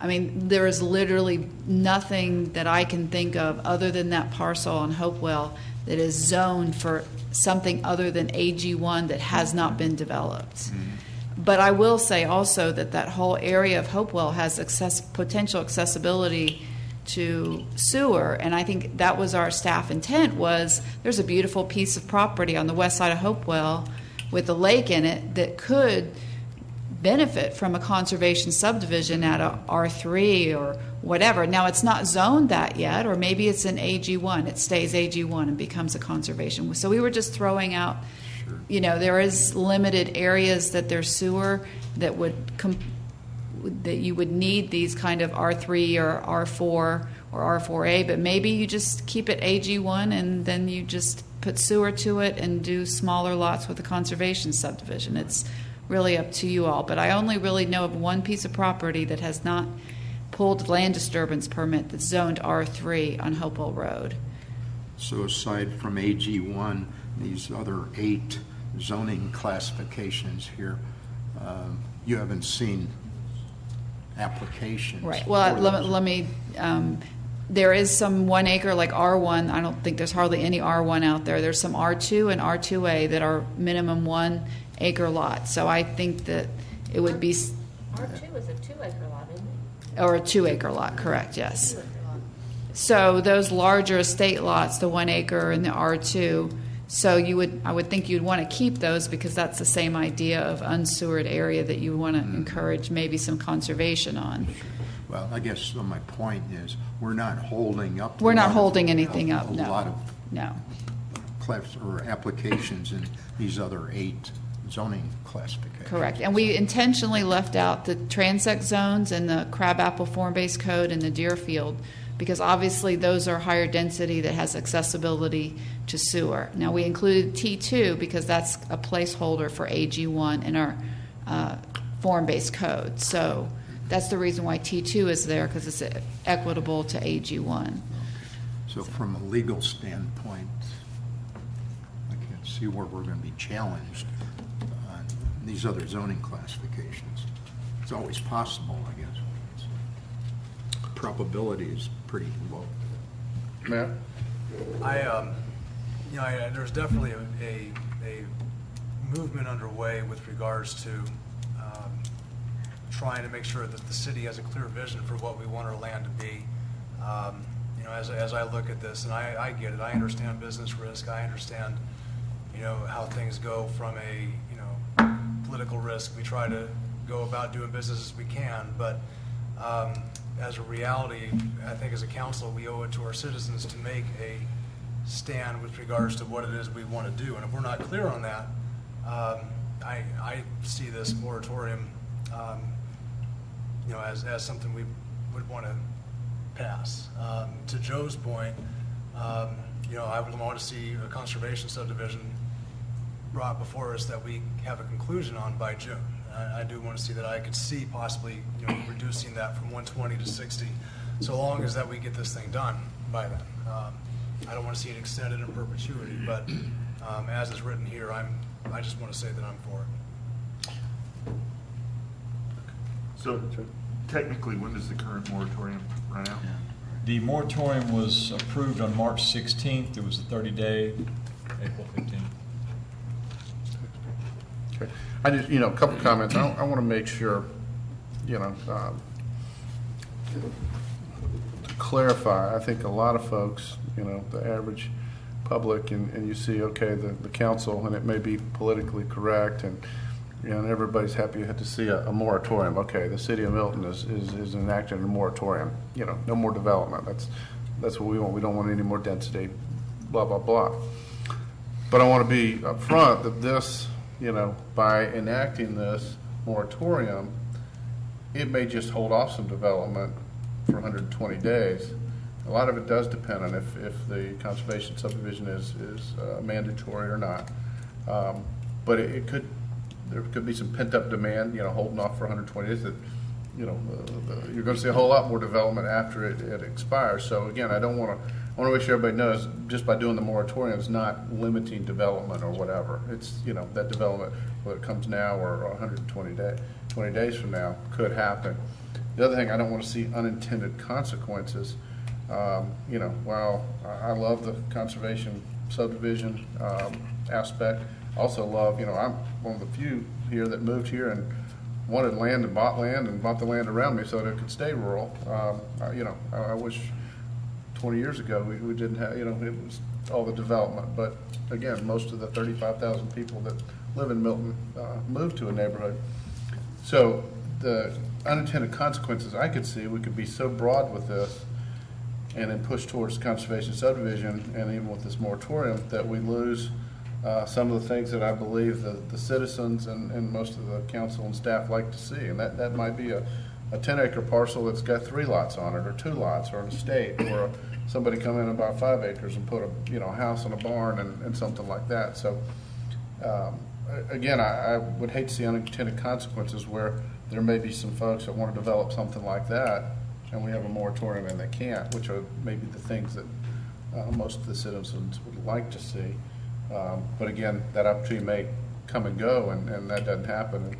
And, again, if you have the conservation subdivision, there could be more density than there is if somebody just wanted to buy the land and, have much larger lots. So, that's my only concern. If we just have a blanket moratorium on all the things we're talking about, are there some unintended consequences? The other thing, again, I'll just bring up again, and it's up to council with your thoughts on, some of these development or future planned developments that are in the works. I know some of them that have been mentioned, possibly and probably have much bigger lot sizes than if they were to hold off and wait. And if it were a conservation subdivision, you know, there may be more density to them, number of houses and number of lots. So again, you know, I think that's something we need to consider too, when we talked about, you know, some things that are in the works, and you know, as far as have been engineered and talking to staff and ready to submit. So I think we need to think about that again, because some of those could be, you know, we may wait longer till they're developed if we go forward with the ordinance, but then again, there may be there may be more houses and more traffic because of that. So How would you define in the works? I mean, that's the hard part to me, is how do you, you know, how do you define that? Ken, do you have any, or Kathy, I know you talked about some, is that? Well, it depends. I mean, from my legal perspective, in the works, I'm always going to look at vesting, a vested rights determination. So that's something I would go over to the council as part of a legal opinion on vesting. That may mean something totally different from a planning perspective on what is in the works. But to me, it's based upon things like, you know, have there been engineered plans, engineered drawings, change in position based upon various representations that someone may have received by city officials or city staff. Very, very fact-intensive question. I will say that, very fact-intensive. Okay. Bill? Do we have that criteria established at this point in time? What criteria, Councilman? I'm talking about in the works. Yeah. Do we have an idea of what should be considered from a legal standpoint? I mean, we've heard of some people that already said they've invested a lot of money. And Kathy, I know we talked as far as, we haven't had any formal applications. Are there people that are very close to I guess, applying to from your standpoint, they've been working with you and they've made an investment? Yeah, my understanding are that there are probably at least two out there who have expressed concern that they are very, very close. And I did talk to Jimmy Sanders, our staff member, who does deal with the LDPs as they come in, and to ask him what he looks at in terms of an acceptable submission. And he felt that an application with an engineered plan is certainly an acceptable submission. Obviously, there's much more documentation as well that follows, but if someone came in with that, and that doesn't happen overnight, obviously, so someone would have to be fairly close to his package submission, so to speak, but at the very least would have to have that put forward in order for it to be reviewed and accepted. Because I know that when we first considered this 30 days ago, the idea was we didn't want to send a rush of people coming in saying, "Oh, me too. I want to now develop, so I want to reserve that property." And what you're saying is, there's no way somebody can do that realistically with the engineering plans. I guess that's where I'm trying to understand and what would be the test to even say somebody's already gone down that path. Yeah, and certainly the time frame would be a factor. If you opened it up for an opportunity for filings, you know, how long is that time frame? And so right. That would be a factor too. Kathy, how long does it take for someone to create generally engineering plans for submittal to the city? Soils. Yeah. A couple months at least, I would think. A couple, is it 4 months, 6 months? Yeah, at least a couple of months. I mean, it's not an undertaking that you can do overnight, so to speak. And we had our conservation subdivision meeting here in the fall. When exactly? It was in March. It was it was the last week of March that we had our CZIM meeting here. If that's what you're referring to. Last week of March last year. No, this year. Well, I'm talking about the one where you had Arendt here and. Yeah, I think it was in the fall. With Randall came. Oh, when Randall came. I think it was October, November. October, November. So, I mean, my thought on that, I mean, I get it. I mean, I've been in business where, you know, things shift in my mind. But there's been a movement among the community for what we want for a long time.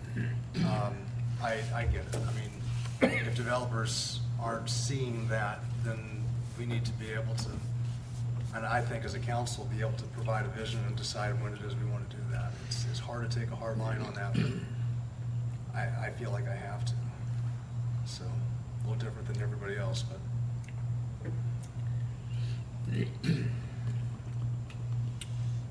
I guess, so the question was, Do we you know, have is there a window that the council would want to do? But basically, I guess technically, you'd have to let the moratorium expire.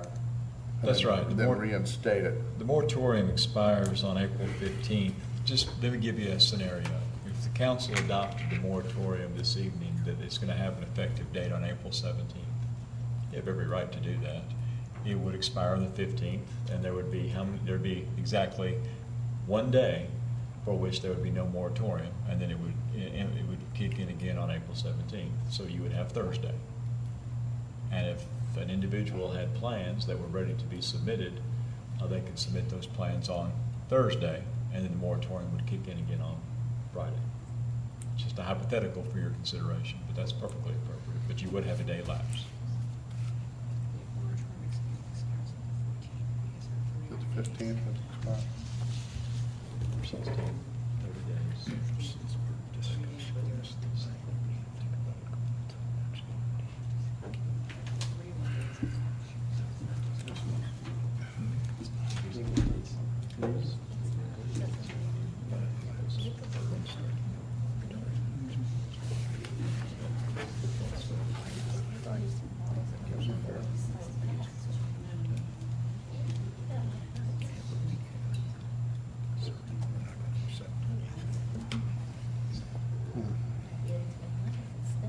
Okay. Anybody else? Give some comments, anybody? I could get on board with letting it lapse for a day or two. I mean, realistically, if it lapsed on the 15th and it was effective that next Monday, which would be 20th? 20th, there's no one that doesn't have things 90% there that could get them done in a week's time, is there? We don't believe so. You know, and we would certainly see by the quality of what came in, and, you know. And you don't, just because somebody comes in and applies for a land disturbance permit, if they don't have everything they need to apply for it, they really don't apply for it. You send them back and tell them this is what they gotta go. Well, someone might come in and they might not have a perfect application, and that Right. happens quite frequently. But they would have enough of an application that we would know, and you know, that we would construe it as an acceptable application. And what would be what are the standards you look for that would be termed? Well, you know, at the very least, they would have to have an engineered plan showing all the topography and the streams and the survey of the land and whatnot, as well as an application. And that does not happen overnight to do that. I think the intent there is not to leave a window for somebody to For everybody to just jump. Right. jump on board and try to get around the possible ordinance. I think the intent is people that may have been in the works for several months or even more and spent a lot of money. The couple of folks I've heard from, I can honestly say probably what they're submitting is better than if it were going to a conservation subdivision. There'd probably be more rooftops and more density if it were to do that.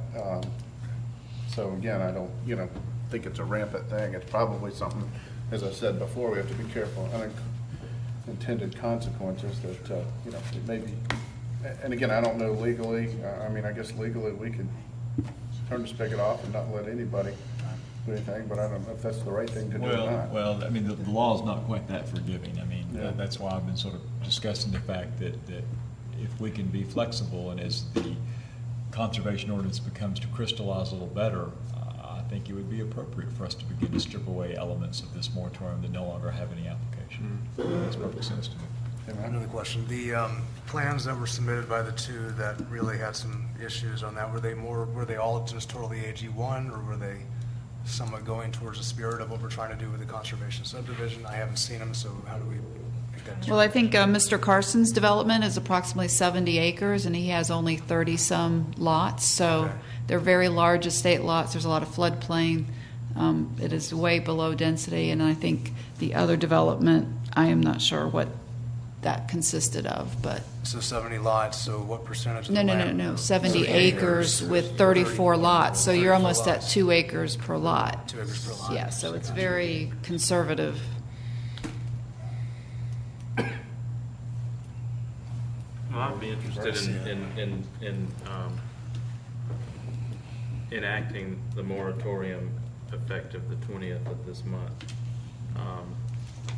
with like this one that was the red line version, and then as we get into this a little bit more with our different commissions and staff input, that we might start adjusting it, opening it up, I guess, if you is the right word, as we go forward in our regularly scheduled meetings. I'll agree with that. You go with For what time period? You're looking at a 60-day after that. On 120. How about 90? I mean, that's what I was kind of thinking, is the How about 90, and 90? hope we can get it done in 60, but Yeah. it'd be a lot easier to end it than come back and add it, so. I'd like to maybe make a motion to approve agenda item 15103 is the red line version that would go into effect on Monday, the 20th of April, 2015, For 120 days or 90 days? for 90 days. Councilmember Hewitt, may Yes, I sir. ask, as you're making the motion, if you would consider including language that says that the council reserves the right to remove components of the moratorium at any public Yes. meeting? Okay, Thank you. so let me just restate.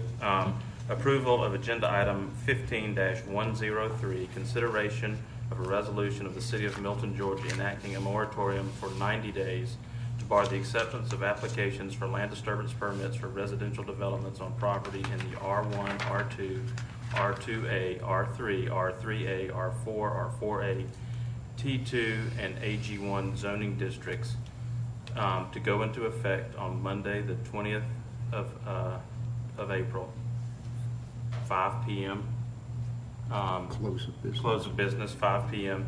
And for the council to reserve the right to remove any of these restrictions as we see fit At going any, forward. at any open meeting, yes, sir. At any open meeting.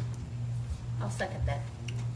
Okay, I have a motion as read into the record by Councilmember Hewitt with a second from Councilmember Thurman. Any discussion? Yeah, just a question. This process isn't easy as far as things go, but and I realize it's hard on everybody, if we can go into some kind of a hybrid on this development, moving towards the spirit of conservation subdivision, I'm amenable to that. Step by step in those directions, I think we can do that. So if that's what we have to do, then I'm in favor of the motion as presented. Any other comments? Questions? All right, all in favor, please say aye. Aye. Any opposed? It's unanimous.